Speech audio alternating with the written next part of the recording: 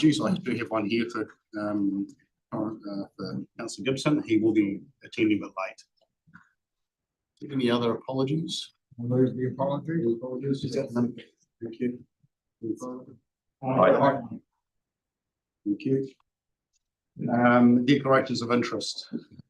Any declarations of interest? Yes. I'm a trustee of Midterm World Tree Trust. Okay. Yeah, and just a note, I'm also co-chair of the trust. Move it to there. I'll second that. All in favour? Aye. Good. Right, so this morning we have David Marshall and Tanya Hawkins coming in to do a public forum, petitions and deputations. I just have to read this so everyone in the room is aware of the process.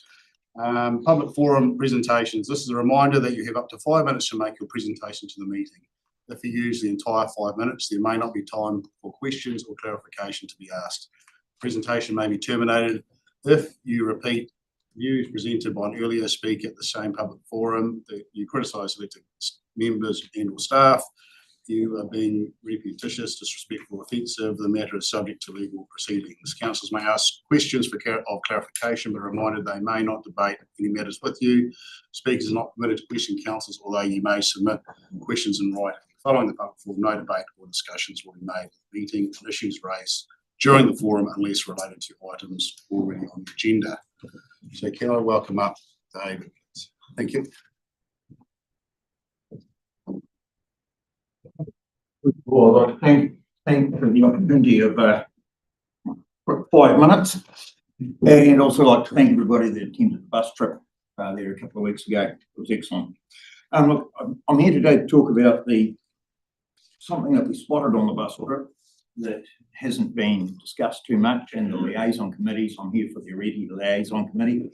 It's the hole that's being dug about 5k south of Dipton. So it's on the Stewart property. It's been issued an SDC consent.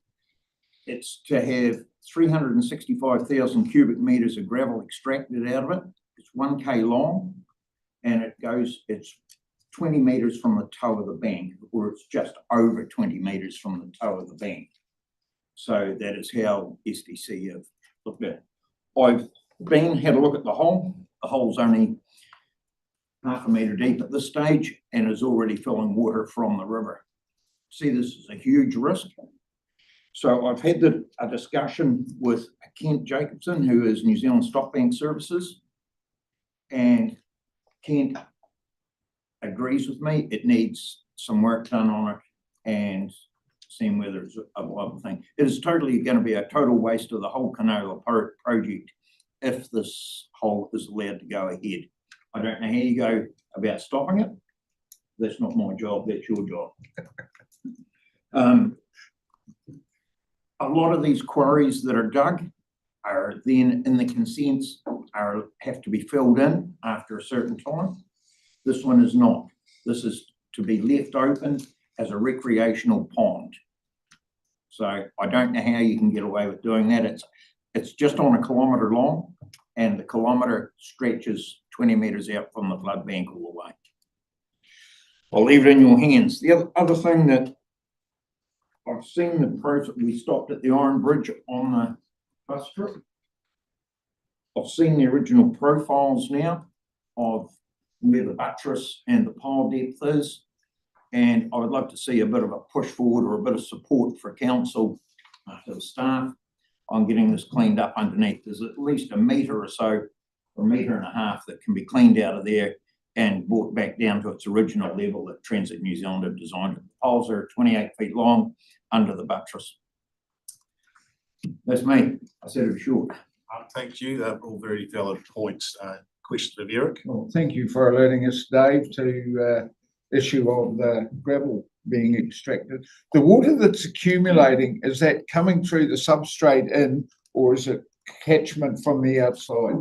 It's catchment from the outside at this stage, but if you think about a 5 metre deep hole, 20 metres out from a flood bank, and the bank at that place is about 2 metres high, 2.5 metres high, I have some pretty big concerns and a big flood on what's going to happen there. I know what's going to happen there, but that's fine. Look, this Kent Jacobson, he's done work for you. And I had the discussion with him. He's got the science, Morris. That's what we need. I'd like to see you guys push for his employment and done some research on it. Lyndon? Thanks, Chairman. I'm just wondering, is this this recreational space thing? Is this the potential water skiing? Yes, yes, yes, Right, so yes. they are expecting it to be full of water. they are. So how can you do that so close to a flood bank? And how can SDC dig these holes without some input from council? From ES? Sorry, sticking to that. Do you know if SDC had any communications with our staff before they? I believe they did. consent? Time for one more question. No? All good. Yeah, look, thanks. And I think at the bus trip, we actually discussed against the Benmore, what was the Benmore Bridge around Yeah. the alignment of councils needs to work through Yeah. this gravel consenting to make it. Yeah, with the Iron Bridge though, I think it's quite a straightforward thing. The original profile shows the designer where it is to go, and it just needs kicked into gear and done. And thank you for your time that you put into that bus trip. It was great. No problem. Cheers. Thank you. Nadia.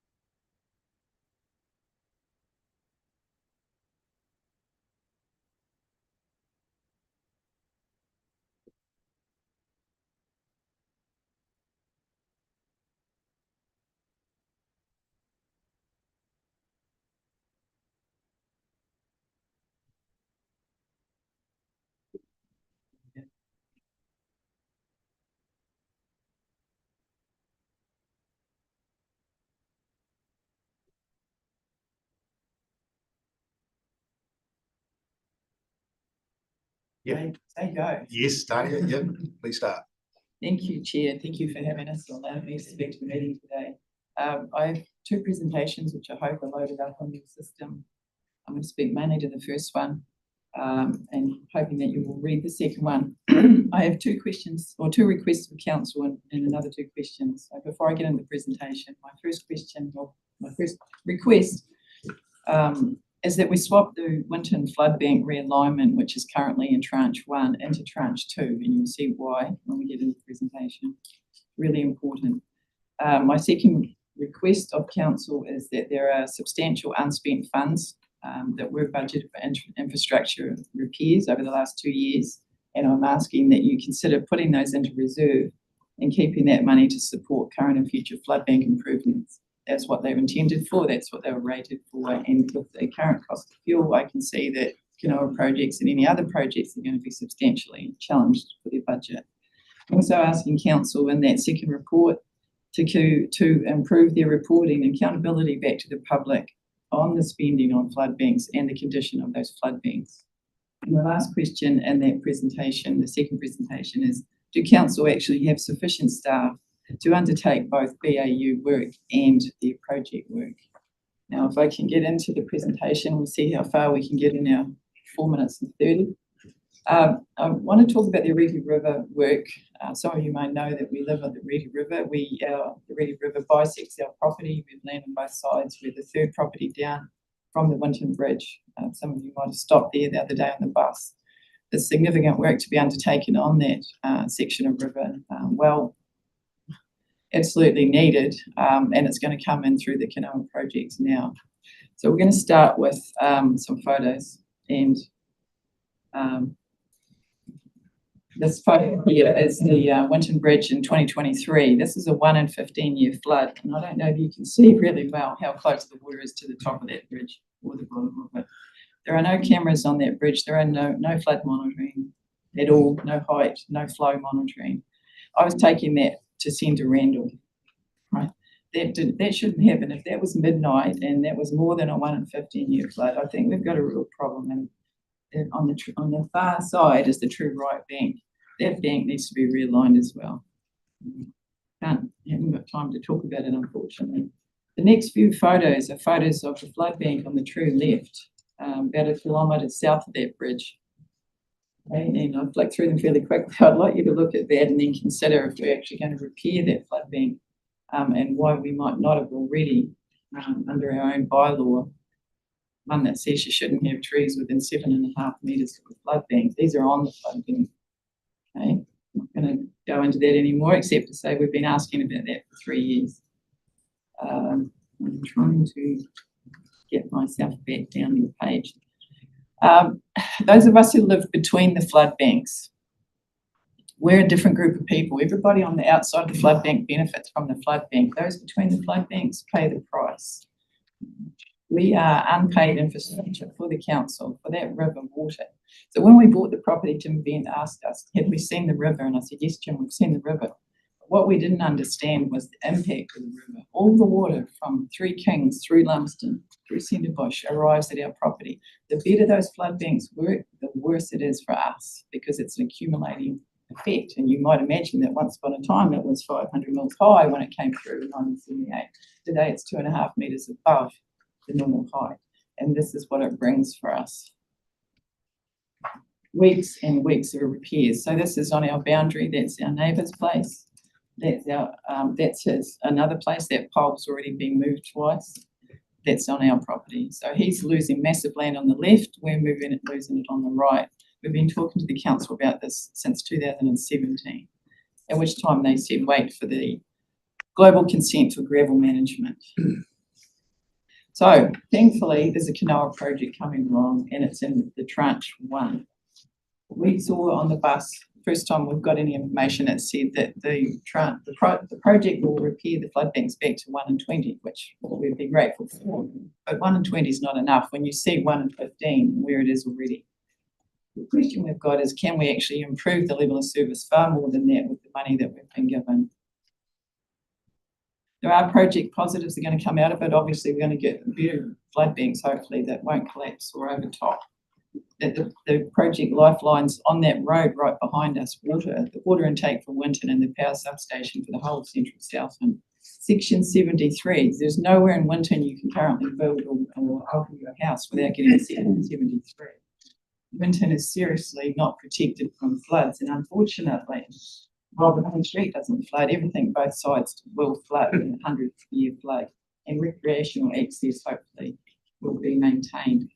Thanks to Paul and Randall for doing this work. They started it in 2023. They actually flew bathymetric LiDAR that year and did flood modelling, and they came back and said these banks need to move, otherwise Winton's in trouble.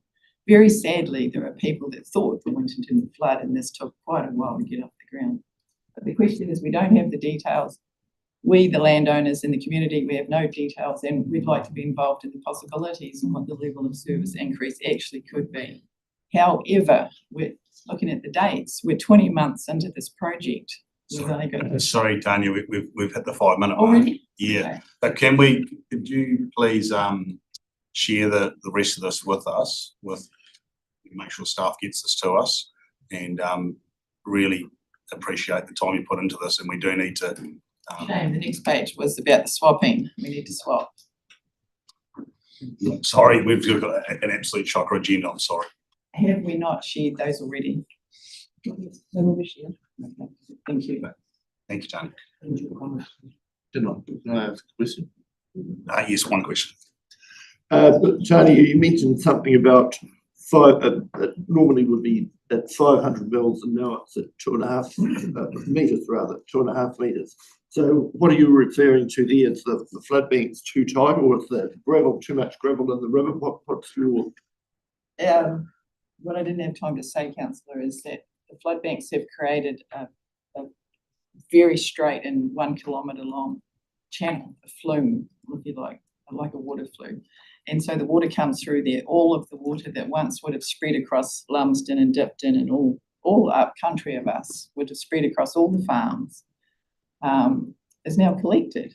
And I think it's just physics that we're now getting 1.4 million litres a second coming through.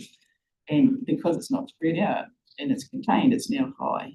And the velocity is unbelievable. Thank you, Tony. Cheers. Can I have one point of clarification? What you're asking for is that it be swapped. The swapping would allow better consultation on Winton. That's the point I was trying to get to, yes, is that nothing has started with the community at all, and your team have not yet got enough information to even propose to you what they want to do. I'm very concerned that this urgency will become an emergency because there's a fixed deadline with Kanoa. And I would hate to think that that deadline overwhelms people's thinking and that we cut out all the democracy and the possibility thinking that could go on. Thank you, Tanya. Cheers.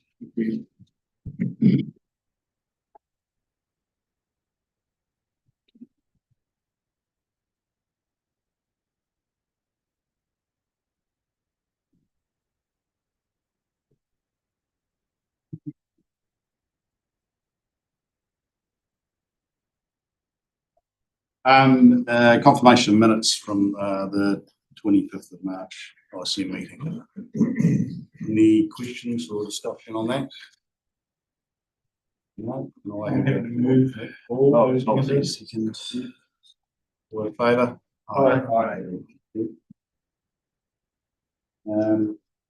Notification of extraordinary or urgent business. There is none at this stage. Correct. Thank you. The mover. Mover. Norris. Second. Roger. All in favour? Thank you. Questions? None. Questions? Thank you. Reports. Morris, I see you've got a report for us. Thank you. I'd like to share my screen. I can demonstrate the use of this tool.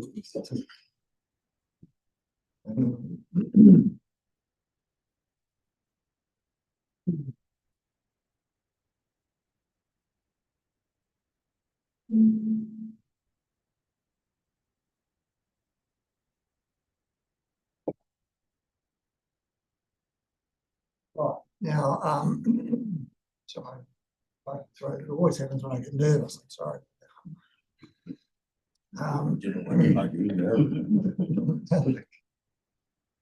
So here we have I can see this line here. This is the Dipton, the old Benmore Bridge site. This tool, this 3D map and profile tool, can be used to show different levels of height anywhere in the region. And it's really interesting, it's really useful thing. And here I've got this line drawn across from one bank to another, this other bank here. This is the old bridge site here. We stood right there and we looked upstream and people said, look, all that gravel in the river, you need to get it out of there. But when you look at this, this line here, you can see the left-hand bank, which is there, and the right-hand bank, which is there, and the heights of them, 104 metres there, 104 metres there, a little bit higher, and this is the riverbed here. This is the water level here. This is the gravel in the river here. The highest point there is 102 metres, 2 metres less than the height of the banks. Right. Sorry, just Are you following me or not? Yeah, I am. I guess we're looking for your report, Yeah, well, that's. and I feel like this is all right. not talking to the report. Oh, no, I'm sorry. it is. So if we talk to the report, we've got a chocker agenda, Yeah. and we want to raise this as a question later. Would have, No, this is what I'm trying to say is that. Yeah. Is that people have the perception, Mhm. this is part of my report, but Yeah. people have the perception that the river is filled with gravel and it causes flooding. But when you use this tool, and it's demonstrated here, you can see that yes, there is gravel there, but it's not as high as the banks, it's way down here. And so people who stood here and looked at it said, we've got to get rid of it. And the idea that it's causing a problem, but this tool, if it could be shown to people, people could use this. And so what I'm saying is that if we could use this, if we could get people to understand and use this tool, and if we look at it based on river levels, when the survey, when the LiDAR survey was done about 2022, something like that. If there's a major problem with gravel accumulation causing flooding in the southern rivers, if people could use this tool, they could see that maybe that is not the situation. I know later in the report we've got another report with more sophisticated data showing the bathymetric LiDAR, which shows the depth of the bed. This doesn't. This you can see the straight lines here that shows you the water level on the bed. So my plea is for us to show people using the data that we have using this tool and the data that is coming, that their concerns about gravel building up in the rivers and causing a flooding problem is not true. that's yeah, okay. Okay, so that thesis of my report, Mr. Chairman. okay. Sorry, Chair. Point of clarification, Chair. Yeah, look, yeah, this is a report. This should be, the space for this is a report, and I think your concerns are probably not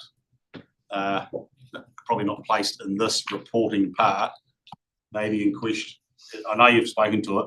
Yeah. But if it's an item we need to look at some other time, I just don't think that is quite the format for it. Well, what I'm asking for, Mr. Chairman, is that we can, it's a plea to gain a greater understanding of gravel processes in our rivers. This is a tool to show that. Can we leave that to the gravel reporting? Bring it to gravel reporting. Probably Okay. for later, Yeah. but I just want to demonstrate. Yeah. How it could be shown. No, thank you. That's the main point of that report, Mr. Chairman. Right, thank you. And just look to touch on Morris's report that he wrote. We had a bus trip on the Arete on the 12th of May. We are trying to strengthen our relationship with CLC as a council, and I think this is a great start of how we should do it. And I really hope we use this and pick this up in other catchments. And I think, yeah, it was good, robust discussion on the side of the riverbanks, which I think are required. And I just really thankful for staff for making it happen, and also the CLC chairs that are accommodating it. So thank you. Any other reports? Any verbal reports? Jeremy? I'll talk about it at the discussion item on the Wilding Pines. I did, and myself and Jeff were up on Queenstown Station, Middleton's farm at Queenstown when the government announced the Wilding funding, which is particularly good. Encouraging that they see the government taking this really serious, and hopefully we'll start longer term funding in regards to this. So obviously we have an item on looking at what we're going to do, but this is obviously going to override that a bit, so that's great to see. Just want to make a point though, they were certainly told in certain terms through Ellie Timms and even myself with Mr. Luxton, or Mr. Luxton I should say, that the Douglas Fir discussion is really going to be something in the future that needs to be sorted now. And so they do understand that too. So it'll be our challenge too to work out investment for us as a region 2 committee, through us as a council to look at that in due course of the annual plan side of things. But good, it's a good start. And it's pretty serious stuff when you're sitting up on the hill there. Jeff probably knows this on his own farm anyway, what it looks like to experience seeing what the hell these plants grow. So good stuff. we can talk about it a bit more. The other, in that item, also I did, just to give a heads up, went down and had a look at the Kanoa work yesterday, around below the Gore Bridge. They're making really good progress. And there are areas, if anybody's going past it, they're actually getting down to the level, finishing off to the level. It's looking really good. Really good positive feedback from the community. Actually seeing some of this work getting done and understanding what it means. So yeah, it's looking really good. But there, and also look to where they're obviously putting the spill over the material over the Gore dump site. So it's doing two jobs in once. Actually, it's helping the GDC out, tidying that area up too. So really good work, and they're progressing along really well by the sounds of it. Brilliant. And yeah. Thank you. And I put in for a leave of absence from the 10th to the 22nd of June. So just wanted to make the table. Yeah, thank you. Yep. Cool. Is that sorry? We just then move on to For that particular request. Just for that. For the mover. Yep. So Jeremy, Paul. So just probably one more point to Jeremy's discussion around the Wilding Pines. So my understanding a couple of weeks ago that I'd like some feedback from their legal team here to understand. So the government changed some rules around obligations from their forest companies around their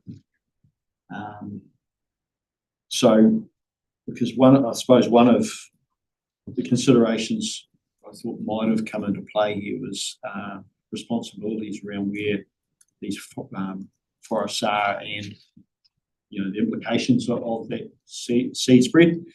Potentially that law change might actually negate that opportunity. So, I just want to take clarity around that. Clarification. Yep. Yep. Thank you. Just one point to Councillor Rodway's report and also his visual sort of thing. One cross section is fine. From there, what I picked up was just below the cross section was a narrowing of the room where the bridge used to be, which is probably the reverse situation. The whole idea is that information is there so that our science team and our people and everyone that wants to look can look at large stretches of water, not just one cross section. Because one cross section doesn't make a story, if you know what I mean. Thank you, Maris, for bringing that to our attention. Good to have our team give us that information over areas where we have issues, longer areas of river. So it's important for that. And from that, as I said, the constriction where the bridge used to be looked like a bigger problem in the cross section. Yeah. I'm sure we'll get to it. We'll get to the gravel. So yes. Well, I think we need to pigeonhole this in the right place, and this is not happening now. Thank you. Right. Can we? Is anything more verbal reports? Right. Thought you got that. All those in favour? No, thank you. Thank you. Right. Regional response to escalating wilding conifer. Joe, thank you. Chair, we've got Jolie and David here, but some slides prepared to talk to the item, so we might be able to cover Councillor Matheson's point, but it might need to be a thing that we come back to council.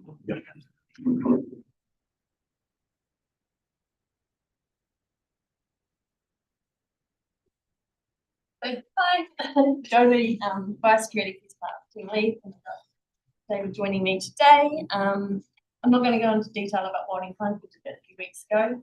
So just going to kind of brief over the paper that was presented to you guys. Yeah, it's going to cover today the cost benefit analysis that we've just recently got in regards to this for a bit of a quick operational update. Some things I found out about the recent funding boost, some immediate action that's required, and some committee options for you guys.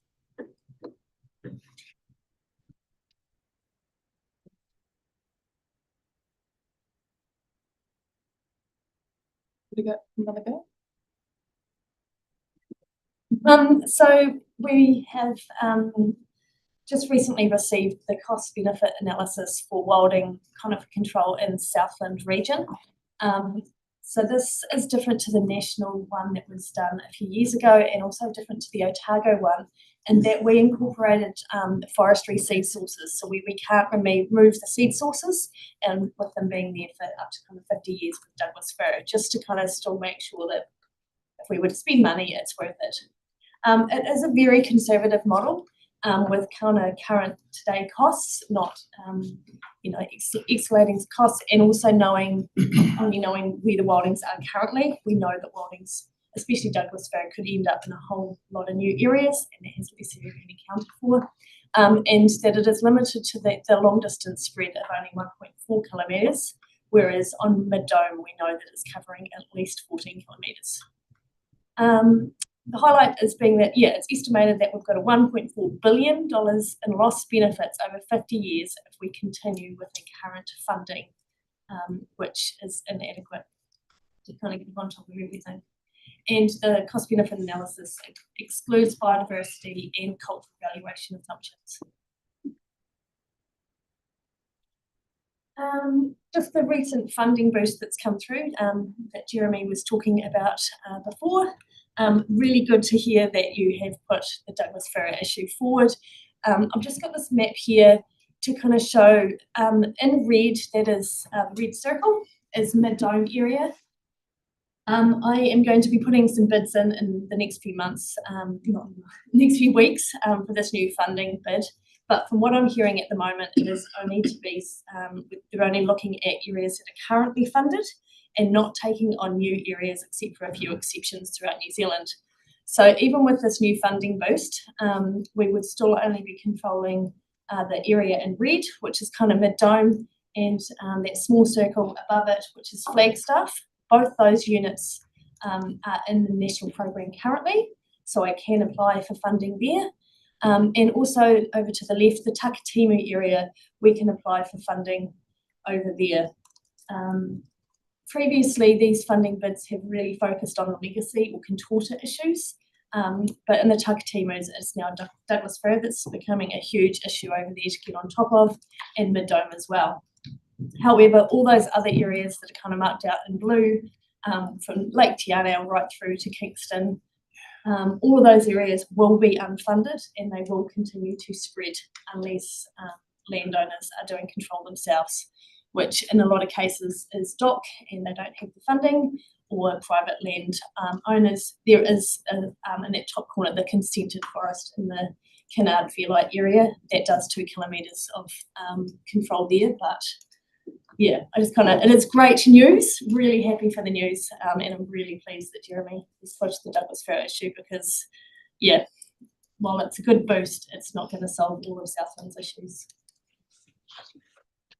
Just a quick operational update on what's been happening. We're just finishing work in the Takatimu area. We've got some aerial spraying happening tomorrow to finish off the national funding there, and we're doing planning for the mid-dome and Takatimu management units, and we'll be doing more now that we've got this potential funding bid.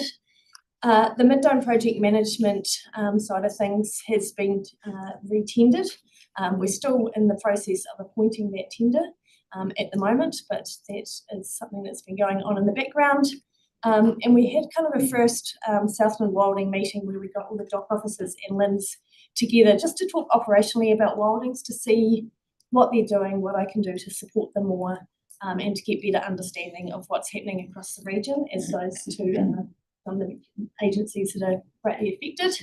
And we've got the National Wilding Conference coming up in Invercargill in August, so be great if any of you guys are interested in registering and coming along. And by mid-June we've got to have a new plan for the funding boost for the next 3 years. So we put our wish list forward and we will see what comes out of it. So the paper that was presented to you guys had a few recommendations in it to kind of cover off. So I don't know how we want to work through that. I'm quite with Lucy and looking at Yeah, that's fine. You can just put the slide together so that it's a full council up on the screen so that you can ask any questions that you might have of Jolie and the team. Otherwise,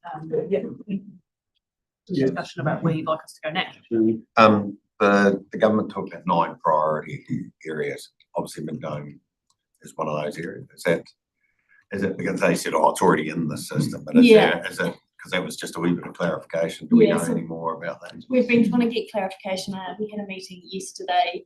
They've kind of said that the programs that are currently funded are the ones that are likely to get it, with some new possible sites being added. Is kind of where it's sitting at the moment. I'm not expecting that any new Southland sites will be picked up, but I will definitely be advocating for that. But nothing is guaranteed yet. They haven't worked through it all yet, and hopefully by July they're hoping to have a bit of a plan to get signed off by the national team. So just quickly, just in regards, obviously we were looking at funding and bits and pieces. This has probably changed the dynamics of it, but I don't think it will take away the focus of what we were wanting to do anyway around the council table. But there won't be any information that quick. I think it'll be a bit of a process to work out where they're funding priority bits and pieces. Just saying, work within our annual plan. We're going to be able to do that pretty quickly. Perfectly timed arrival of chief executive who might have some answers on there. Yeah, Rob. We were talking about. The chairman was just asking Jolie about the Mid-Dome contribution in regards to the funding boost announcement.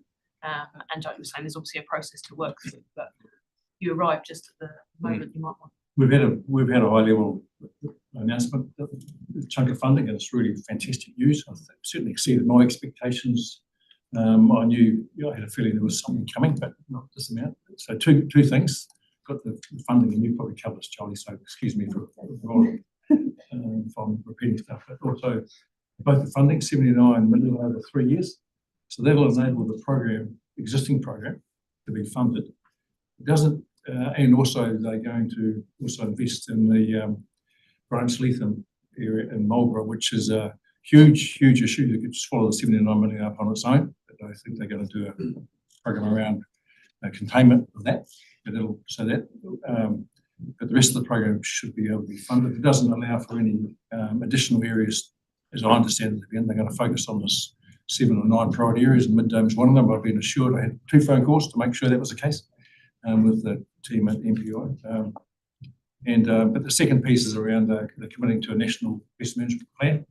So that'll enable some ongoing secure funding, enabling to target other potential funders such as the generators, and also put in place some good national consistent regulations and to manage the forestry companies, and then they will be funded. We'll see what happens. So secure funding, one of the challenges we've had big leap to funding, and then we've had a drop.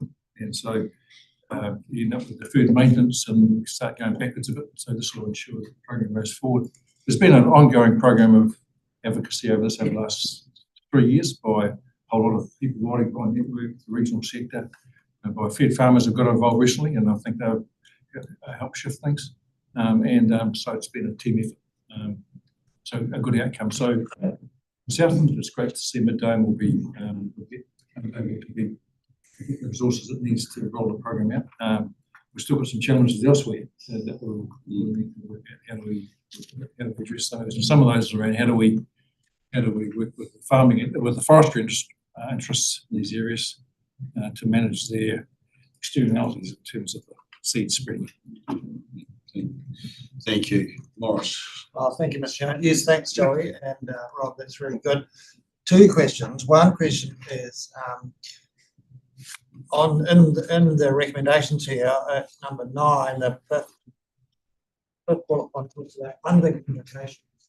Does that mean that we need more funding for this in this year, next year's annual plan? And so, how much? How will that affect our annual plan? Can you do the work that you want to do within draft annual space that we've got. We need more money. So I guess if we're talking about ease funding, currently it is, for this financial year that we're currently in, it is $50,000 that goes towards the Mid-Dome Trust and the operations. That is all ease contribute, as well as my staff time to Wildings in Southland. So that is all that ease's contribution currently. So So what about in Westone and Takatimu? What, there is no funding there. That is are the you owner asking for responsibility. more funding for those areas? So where the funding is coming from is the National Wilding Conifer Control Program, which is one that's had the recent boost. So that funding we can apply for and get from Mid-Dome, but all those other areas like the West Domes and all that other Te Anau Basin area, we can apply for it, but because they aren't in the national priority list of what management units kind of turned on as such funding, yeah, I put funding bids in, but we don't get them turned on. So it does sound like we need to find more funding within this organisation for those areas that are not covered by this national scheme. Yeah. Right. Thank you. And the other question, Mr. Chairman, if I may, is Rob, you referred to this about working with forestry industries. Is there a realistic opportunity to work for a levy or something like that the forestry companies can pay that will fund the control for wildlife plants into the future? I guess that's one of the things in the paper is for us to kind of, to look into and find out what mechanisms there might be locally or nationally. And at the moment, we just aren't really resourced to kind of do that, which is where kind of this paper is hoping to get a bit more attention so that we can get those resources and look into those types of opportunities. Just within the report, they're saying that if we wanted to hold or make progress in deal the best economic, the whole program would need to be 5 to 6 million for the Southland alone. Now, we won't get that through the national program, or Rob might have the influence. Hopefully he does. But I think that's what we're asking in 9. We would bring back some of that detail to you if you support this approach.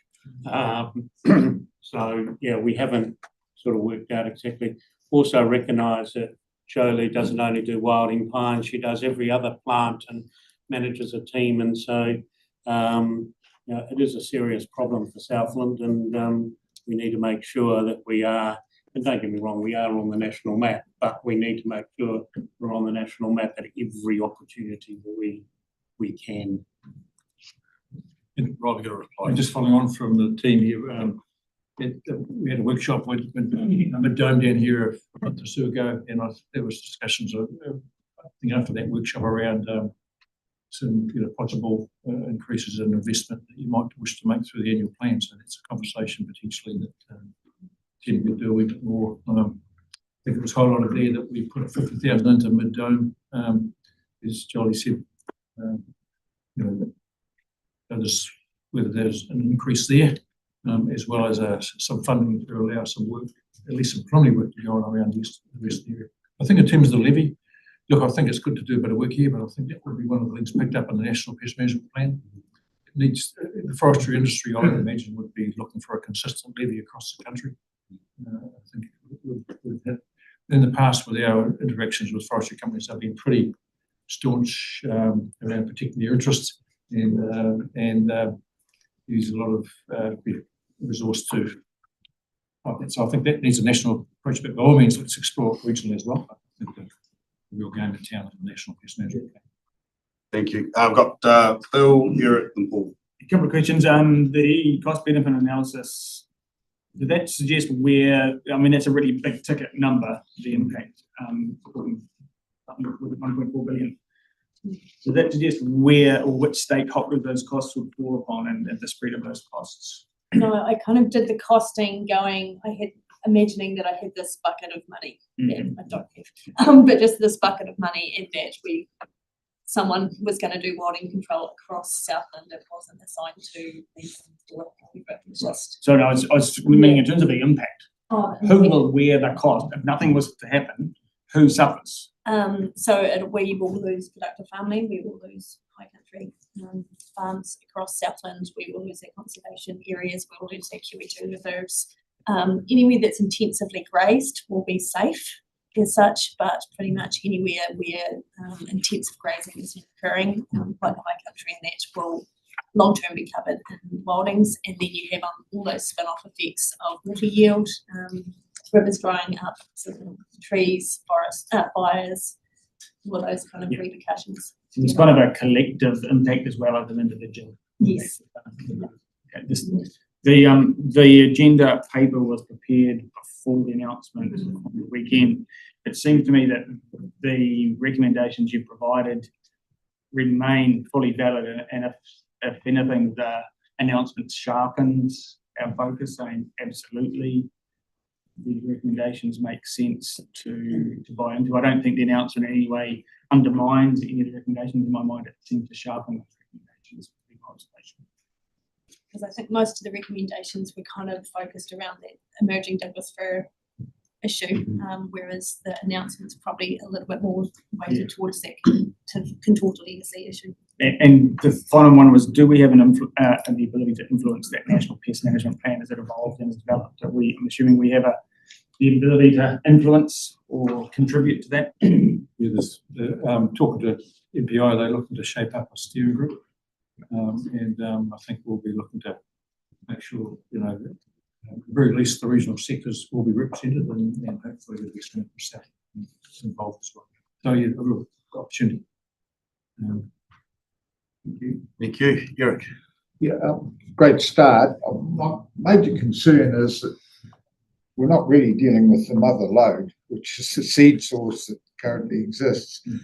And I understand there are still plantings going on of Douglas fir, and I just wonder why we actually permit that when there is technology now available to create sterile seed sources, and that should be a requirement of any consent, which is currently not required, to actually reduce the mother load. I'll just throw that into the ring, but this is, there's 100 years ahead of us at the seed source, unless we do something about that. And from what I know, it's our current GE rules nationally that don't allow those kind of sterile trees to come into New Zealand. So those are kind of national changes that I guess have to change. And I think we've got because we've seen the issues down here in the South Midland and Target, we need to kind of raise that issue nationally to make it a priority. The larches are here now. You can buy sterile seed source of larch. So the technology's there, and we've just got to progress that. The question is, a regulator, governments are asking, what levers can we pull to? But we don't have the money. We're running a rearguard action, and we need to get a bit more aggressive.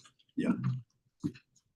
Just part of the conversation, I know mid-dome we're looking to have a meeting with Southland District Council, and I think they've invited us to be part of that. So once we get the details there, I'm sure Charlie and the team will be part of that conversation. It is around, so there's a few people involved in this decision making. But I absolutely really shouldn't be any more Douglas fir established in Northern South. It's a real challenge. So that should be something we can agree should stop. Paul. Thank you, Chair. Yeah, it does seem like everything that seems to happen in our region and also countrywide, tightening industry regulations will be good. And we're probably way behind the 8 ball on that.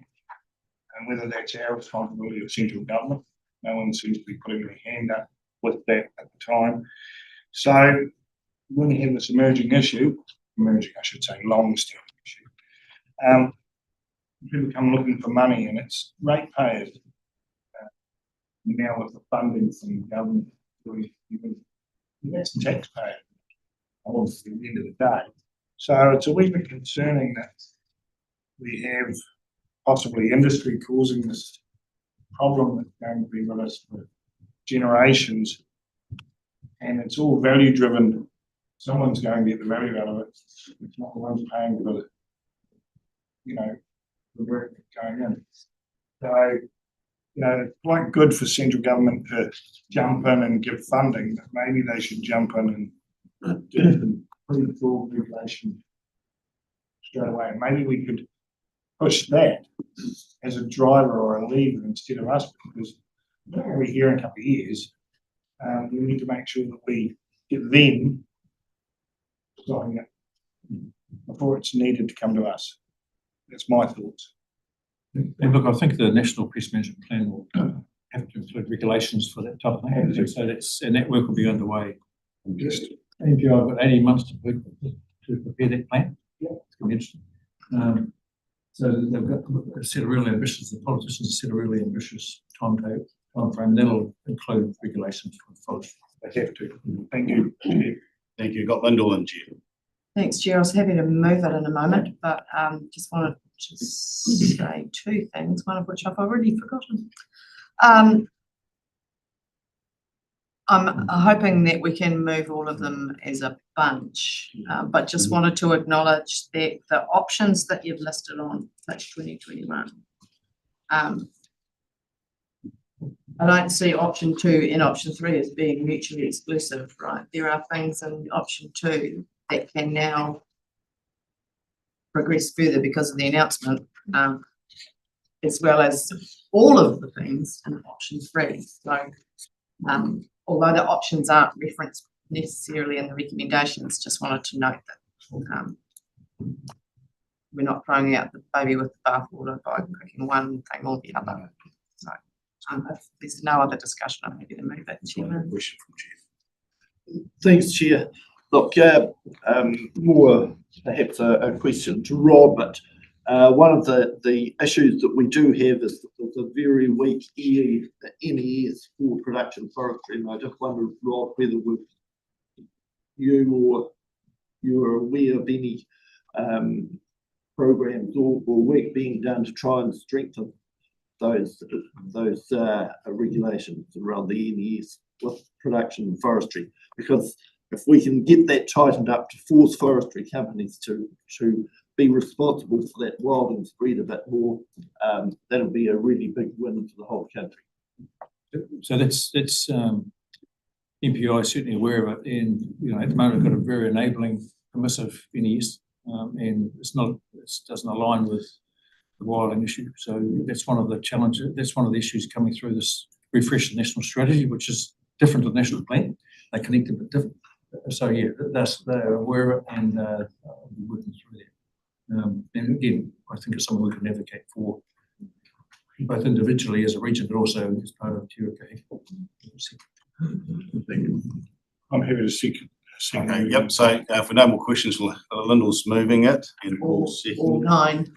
All 9. Yep. Righto. Same. Second. And all those in favour? Aye. Against, carried. Thank you. Continue the hard work. Righto, 9.2, Light and Tail Work Program, Joe and Tim. Through you, Chair, we've got Jo Patterson online, and we've got some of her slides teed up as well.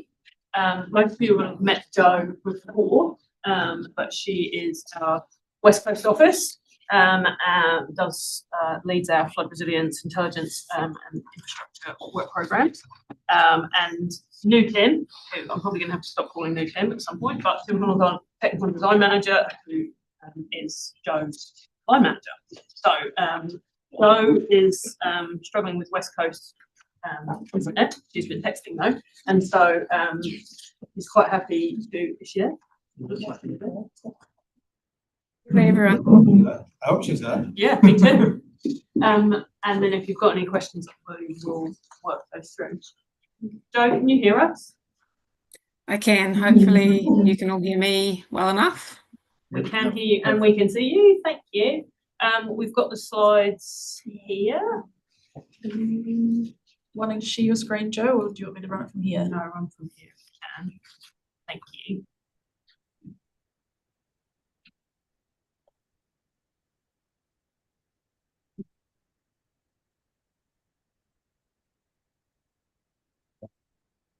Awesome. Okay, I can see that.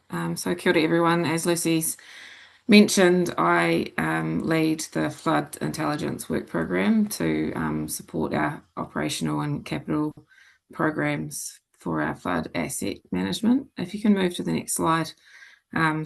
So this is a recent diagram of the various work programs that we're setting up across intelligence.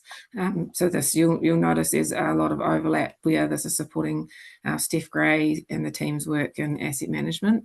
At the moment, we click to the next slide, please.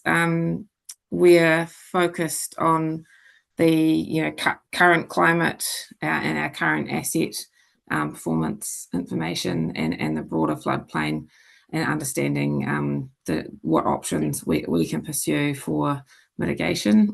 Recently on the screen now is a screenshot of the national flood model produced by Earth Science New Zealand, or NIWA, previous to that. So we have this tool which is useful outside of the areas that we're modelling currently. Next.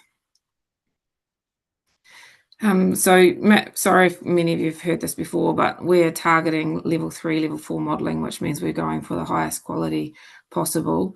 The national model sits at a level 1, and we do have some indicative initial models in level 1 and 2 that we produce at the start to work out our gaps. So all models are wrong, but they all have a purpose. Next.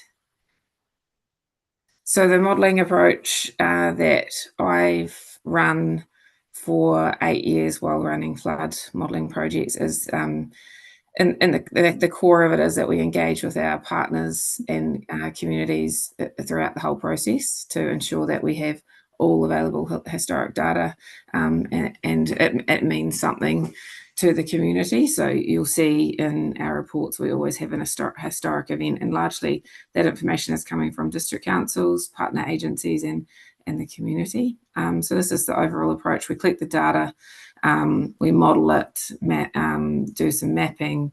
We ideally do some hazard and risk analysis, so looking at economic impact or number of buildings and that kind of thing, through to option analysis for our flood scheme.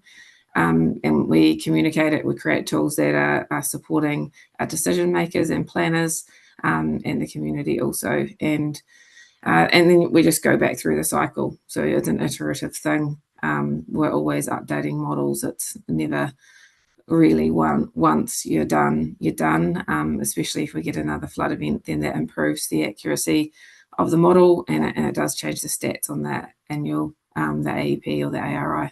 Next, please. So this is a spatial planner of our flood intelligence program, but purely looking at the model extent. So you'll see in purple, the most recent update is we have flood modelling to Athol, all the way down to Wyndham in purple, and the yellow are the areas of our next priority. You'll just start to see reports and flood model outputs coming out over the Aparima and the Ariti over 2026. Next, please. There's some critical data sets that are required for flood modelling to get to that level 4 or level 3 accuracy. Traditionally, we do river cross sections. In Southland, we now have bathymetric LiDAR on the Matoda, and we have just received bathymetric LiDAR for the Ariti and Aparima, and we'll supplement our river cross sections, our asset survey information, the terrestrial, the land LiDAR, with this bathymetric LiDAR, which you see in that bottom corner. You can see some fishermen, but you can see the riverbed and the points that we've received on that bed. So that's proved the latest bathymetric LiDAR with the upgrade of sensors and process. We're seeing about a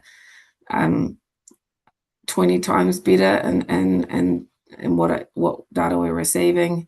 Where we have gaps, we use other techniques like multi-beam on boats to get data. So yeah, there's a little bit to it, but that's been a big improvement to our gaps, and it will improve our flood modelling and improve the accuracy of our option analysis as well. So moving to the next slide.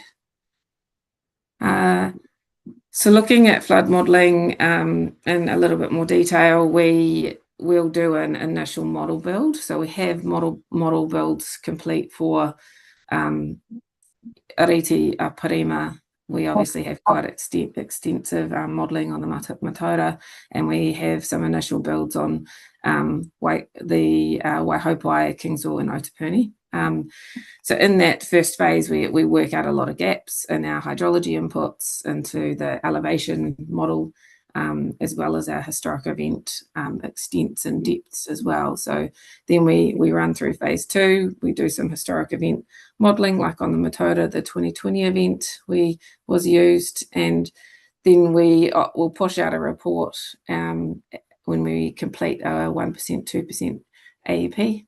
And then all the way through, we start to build the scenarios. So the next step is we look at the level of service of our scheme, what breach scenarios look like in known vulnerable areas or with higher velocities and pressure on the scheme. And then we start to look at the short to medium term options, and eventually, which we haven't achieved yet, we look at maximum credible events and adaptation options for areas on the floodplain. Moving to the next slide. So I'll just whip through these quickly.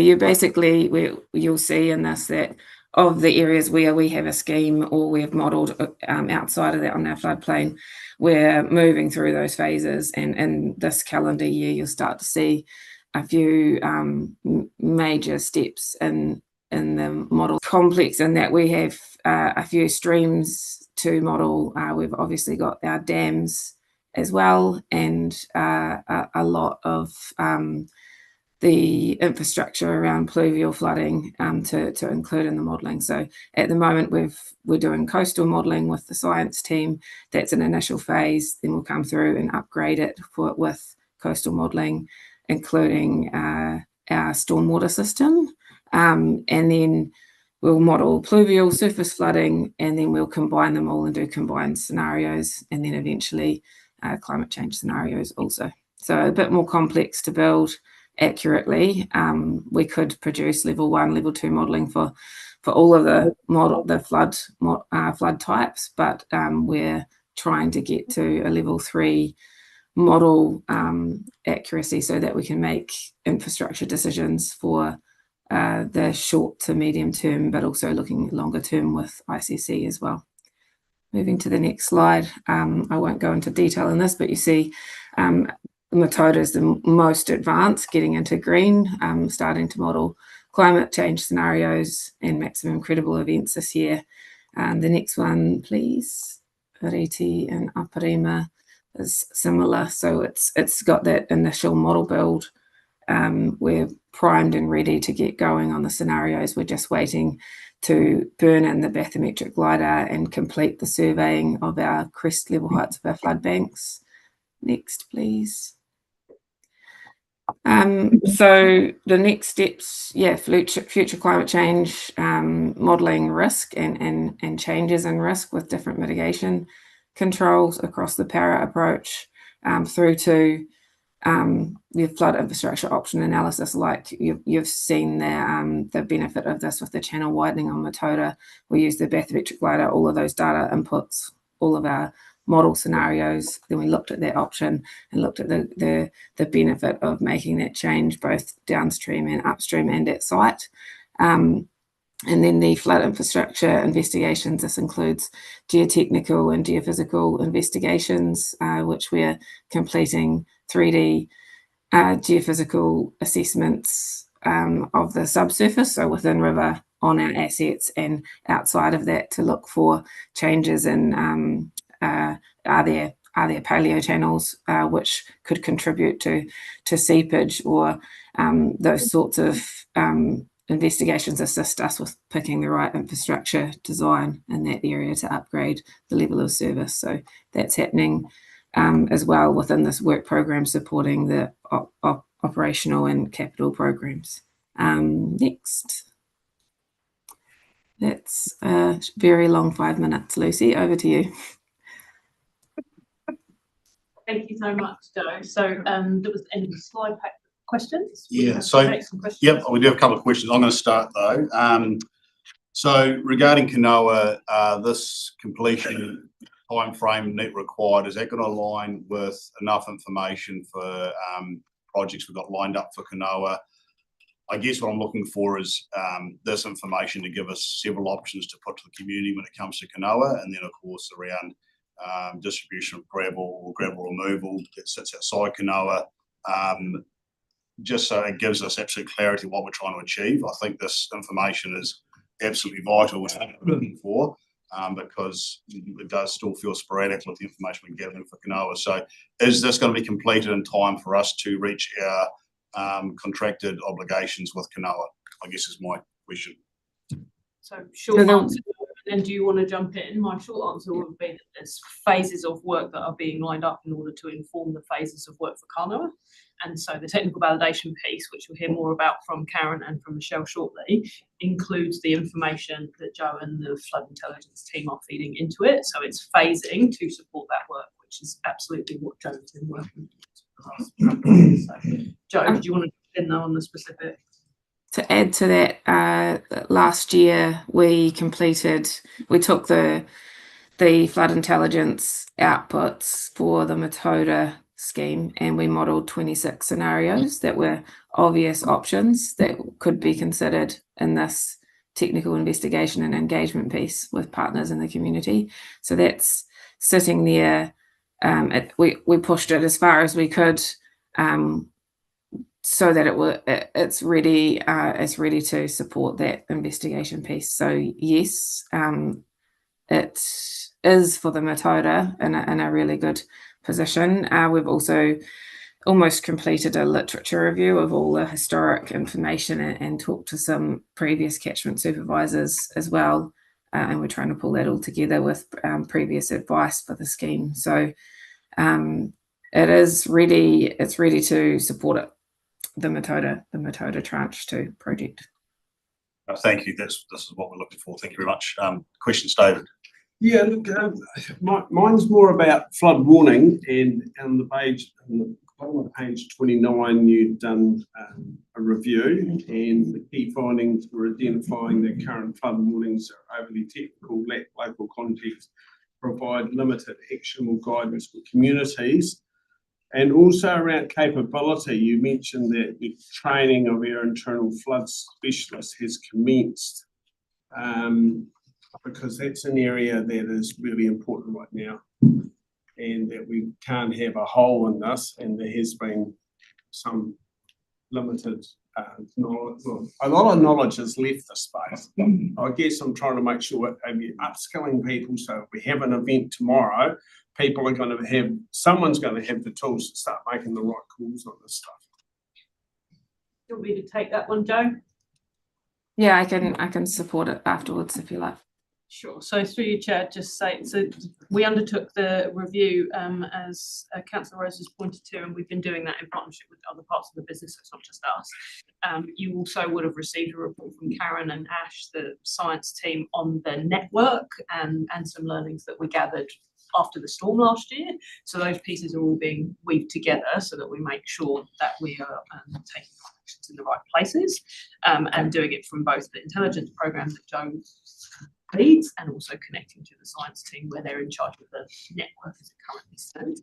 Your other question about capability and capacity is a really critical one for us, making sure that we are connecting with the emergency management Southland team as well as training our internal flood responders. So yes, it's a live, ongoing piece of work as opposed to a fully formed technique at this point. I guess my point is that we've got really good information about height and about rainfall.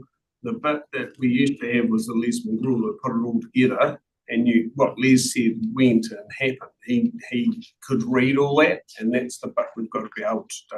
Yeah, and the trickiness of the Leses and the Chris's who've got lots of this stuff in their head. So making sure that we're extracting all of the goodness so that we can then train other people, so we've got those contingencies in place. So that's what Joe's been working with the science team on, and Tim and Ash have been working together. Thank you, Phil. And thank you. Just one observation and then a question. One observation is thank you, because this is really going to help with an intelligence-led resilience approach within the emergency management space. So thank you for that. We look forward to leveraging that and building upon it in the months and years ahead.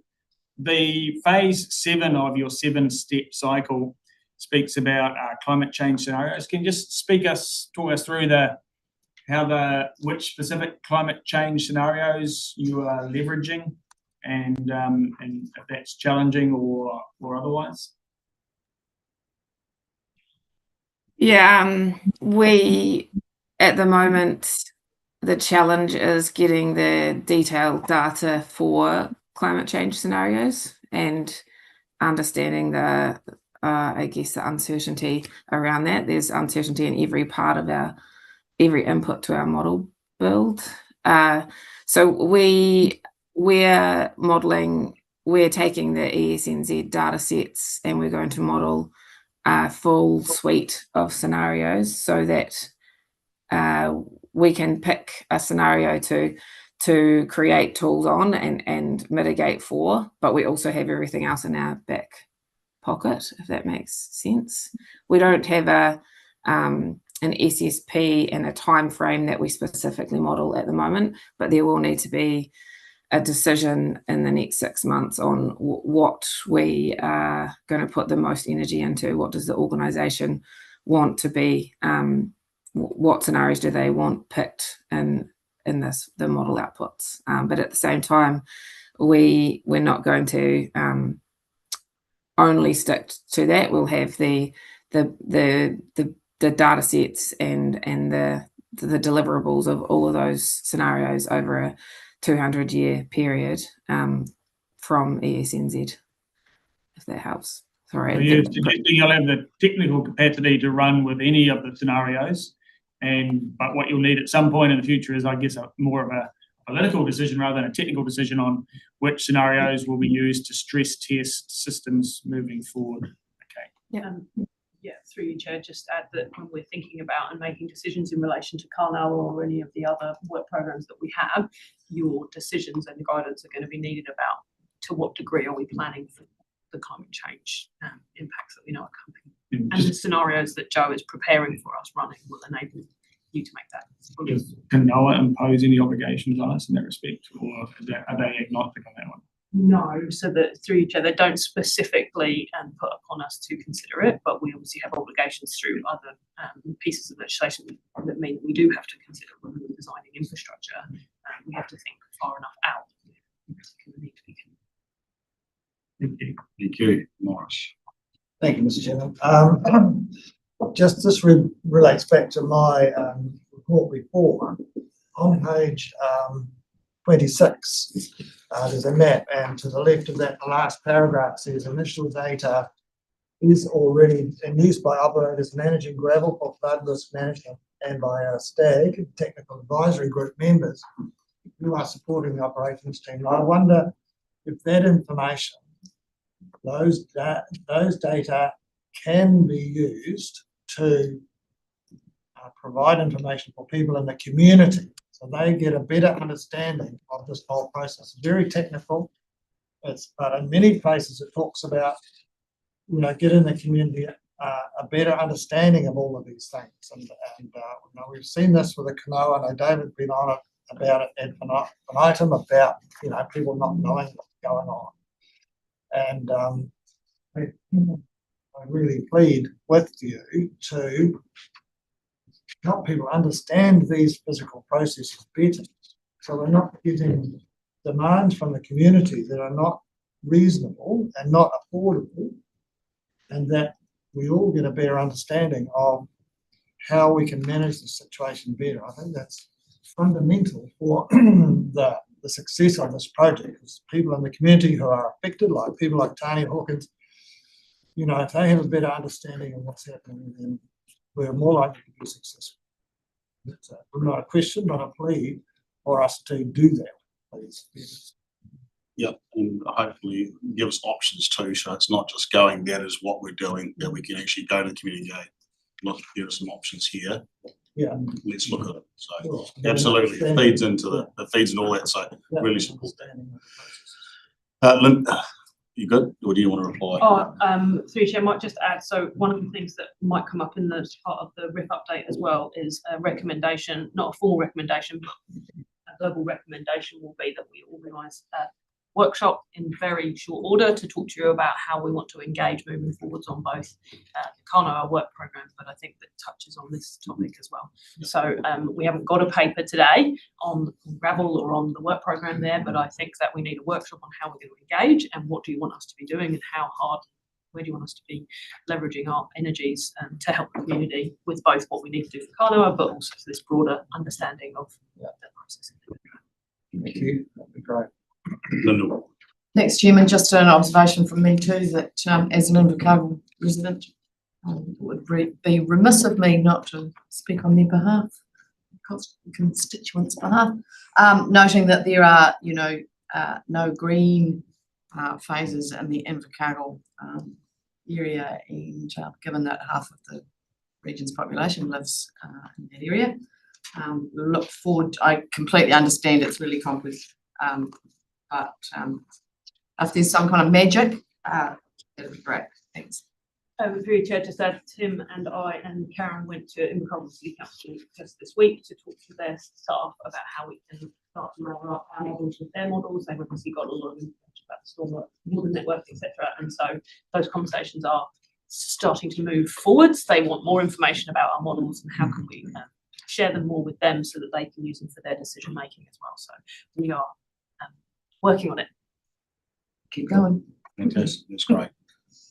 Yeah, just question, Joe.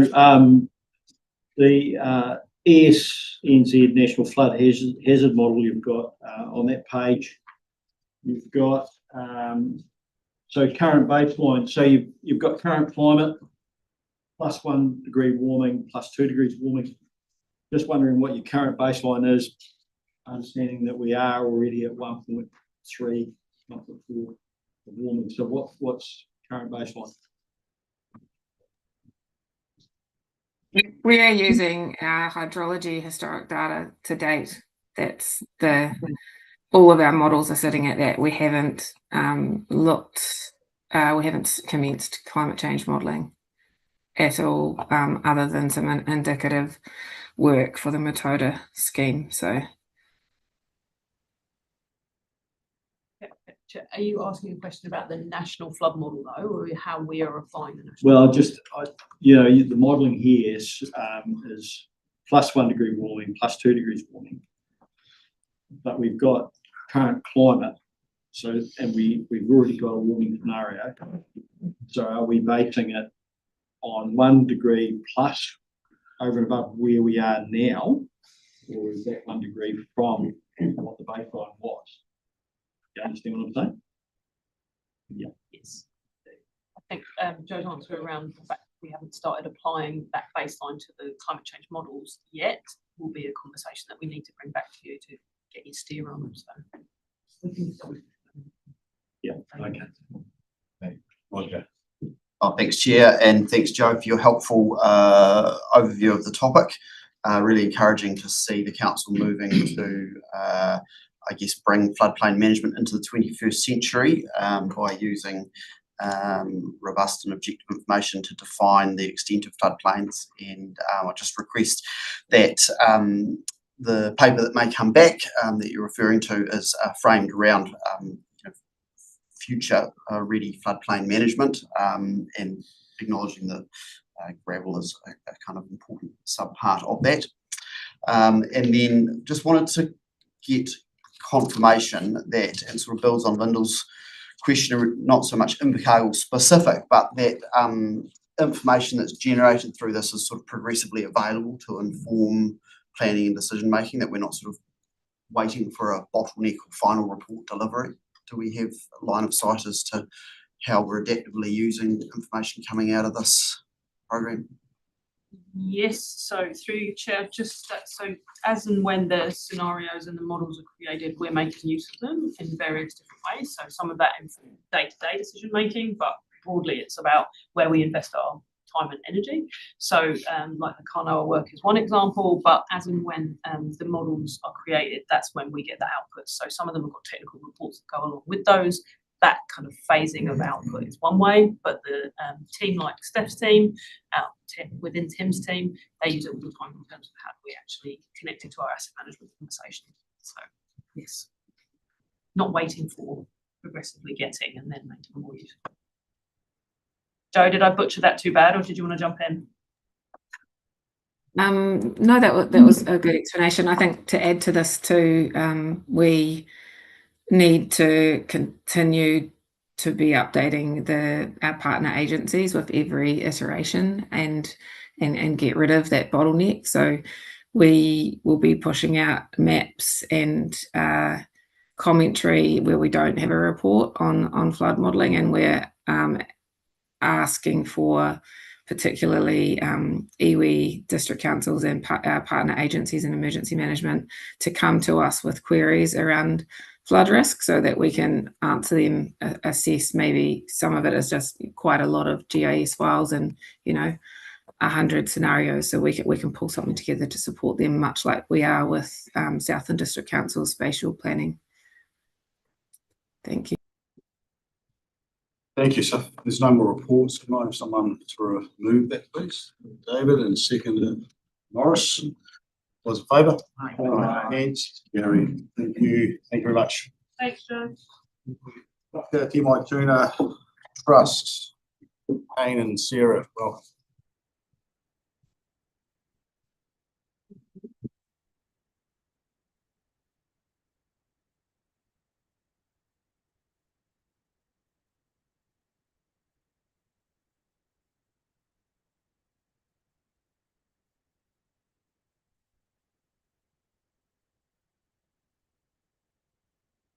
Morning, everyone. Yeah, I think in the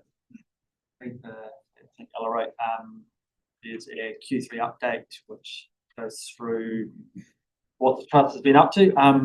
We were going to focus our little talk just on one part of it, which was our restoration of the Webster block, which many councils will remember was transferred over to the trust last year, and also how that ties in with the work we're doing around biodiversity and nature credits as a mechanism for funding ongoing restoration. So it's just so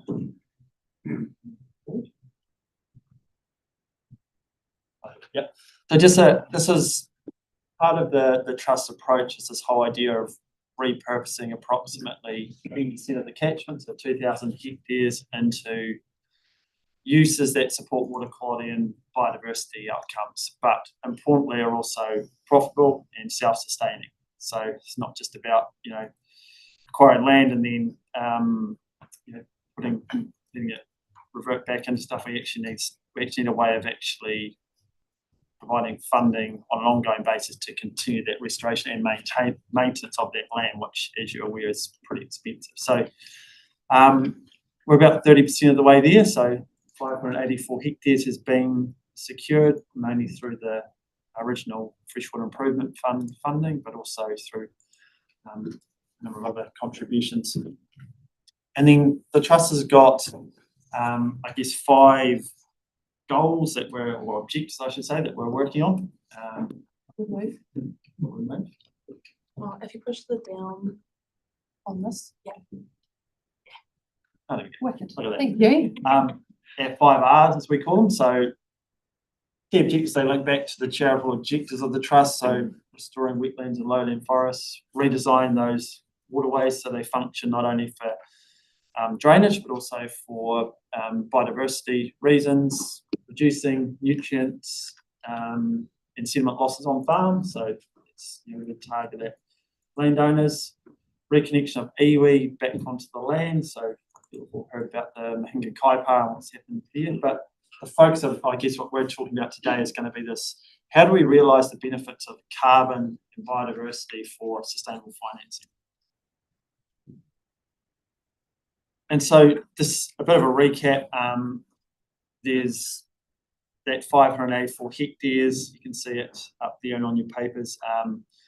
It's spread out across the lower catchment, and the vast majority of it has a freshwater covenant that comes into place at various times that significantly restricts what can be done with that land. So can't farm it, we'll not farm it in the traditional way that we're thinking farming.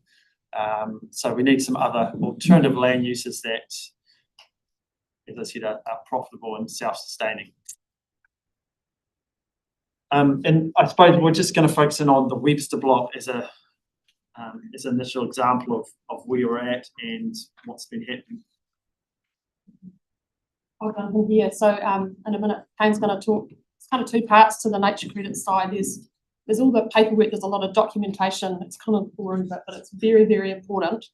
But the most exciting bit is the work we get to do on the ground. So we're very happy to share that we've had our outside of the Mahinga Kaipa that's had a bit of restoration work in the last sort of 3 or 4 years. We're now getting started as the Whakamana Te Waituna Trust on our restoration activities at the Webster Block. So we've had our first big planting earlier on in May, which is pretty exciting. So we've got some photos here. We've started on about 6 hectares here, so 2 paddocks.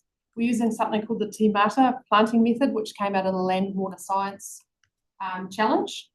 So it's a method that is looking to reduce costs of restoration, but get that ecosystem working so that it's able to sort of get going and naturally regenerate itself. So you're kind of giving it a bit of a push.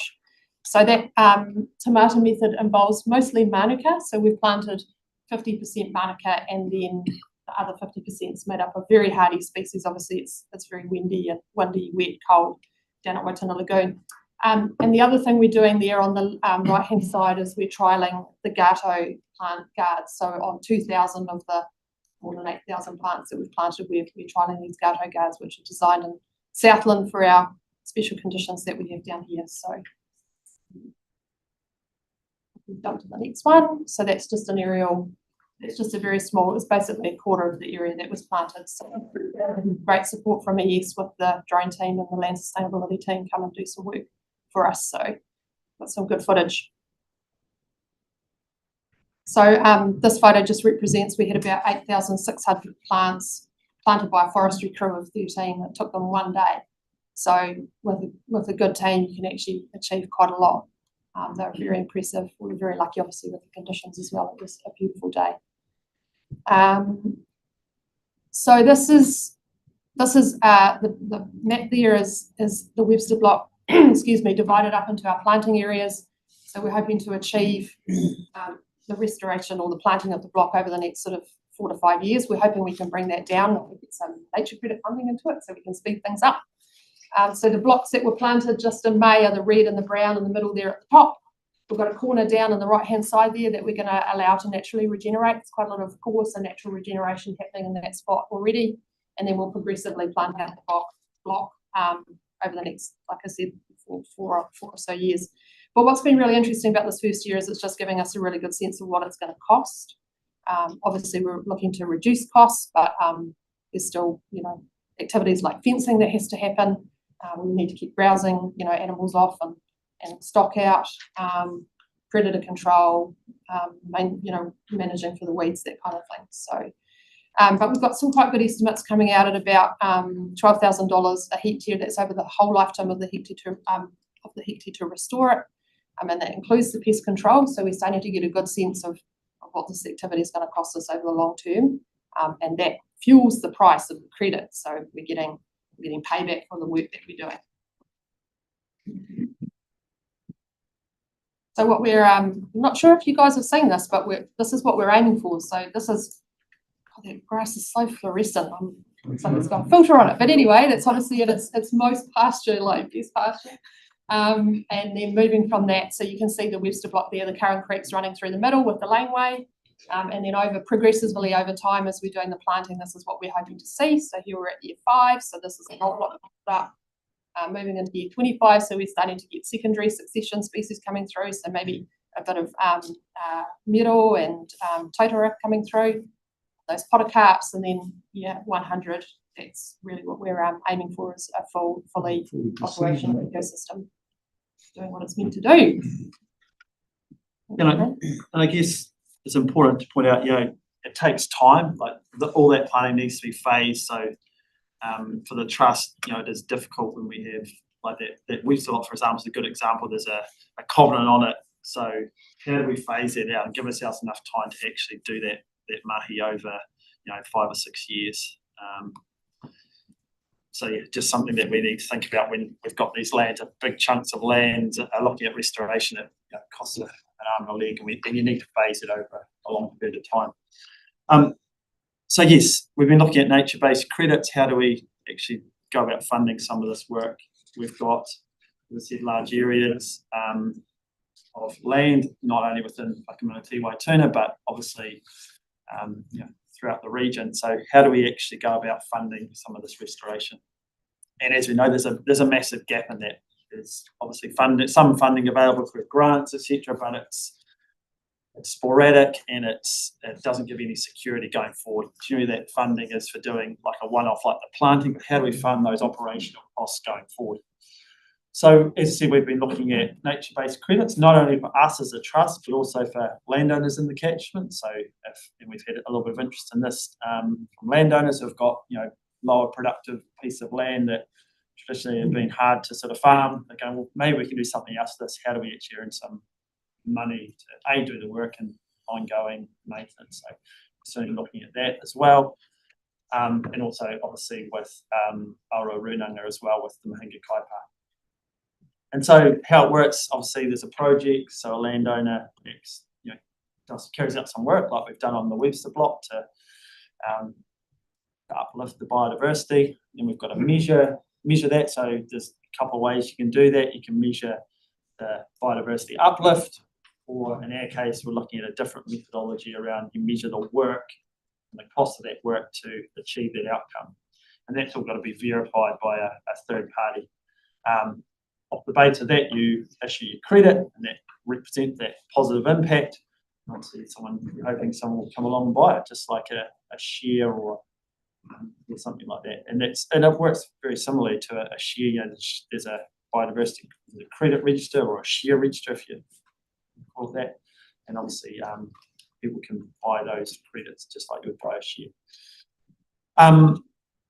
Move on to the next slide. So where we're at this year, we've advanced quite a long way. We've joined the ECOS Accelerator program. So ECOS is one of there's a number of standards throughout international standards. ECOS is the New Zealand standard, or a New Zealand standard for biodiversity credits. We've also been working on our biodiversity monitoring framework. So obviously we need to be able to prove what we're doing. We need a baseline that we're starting from.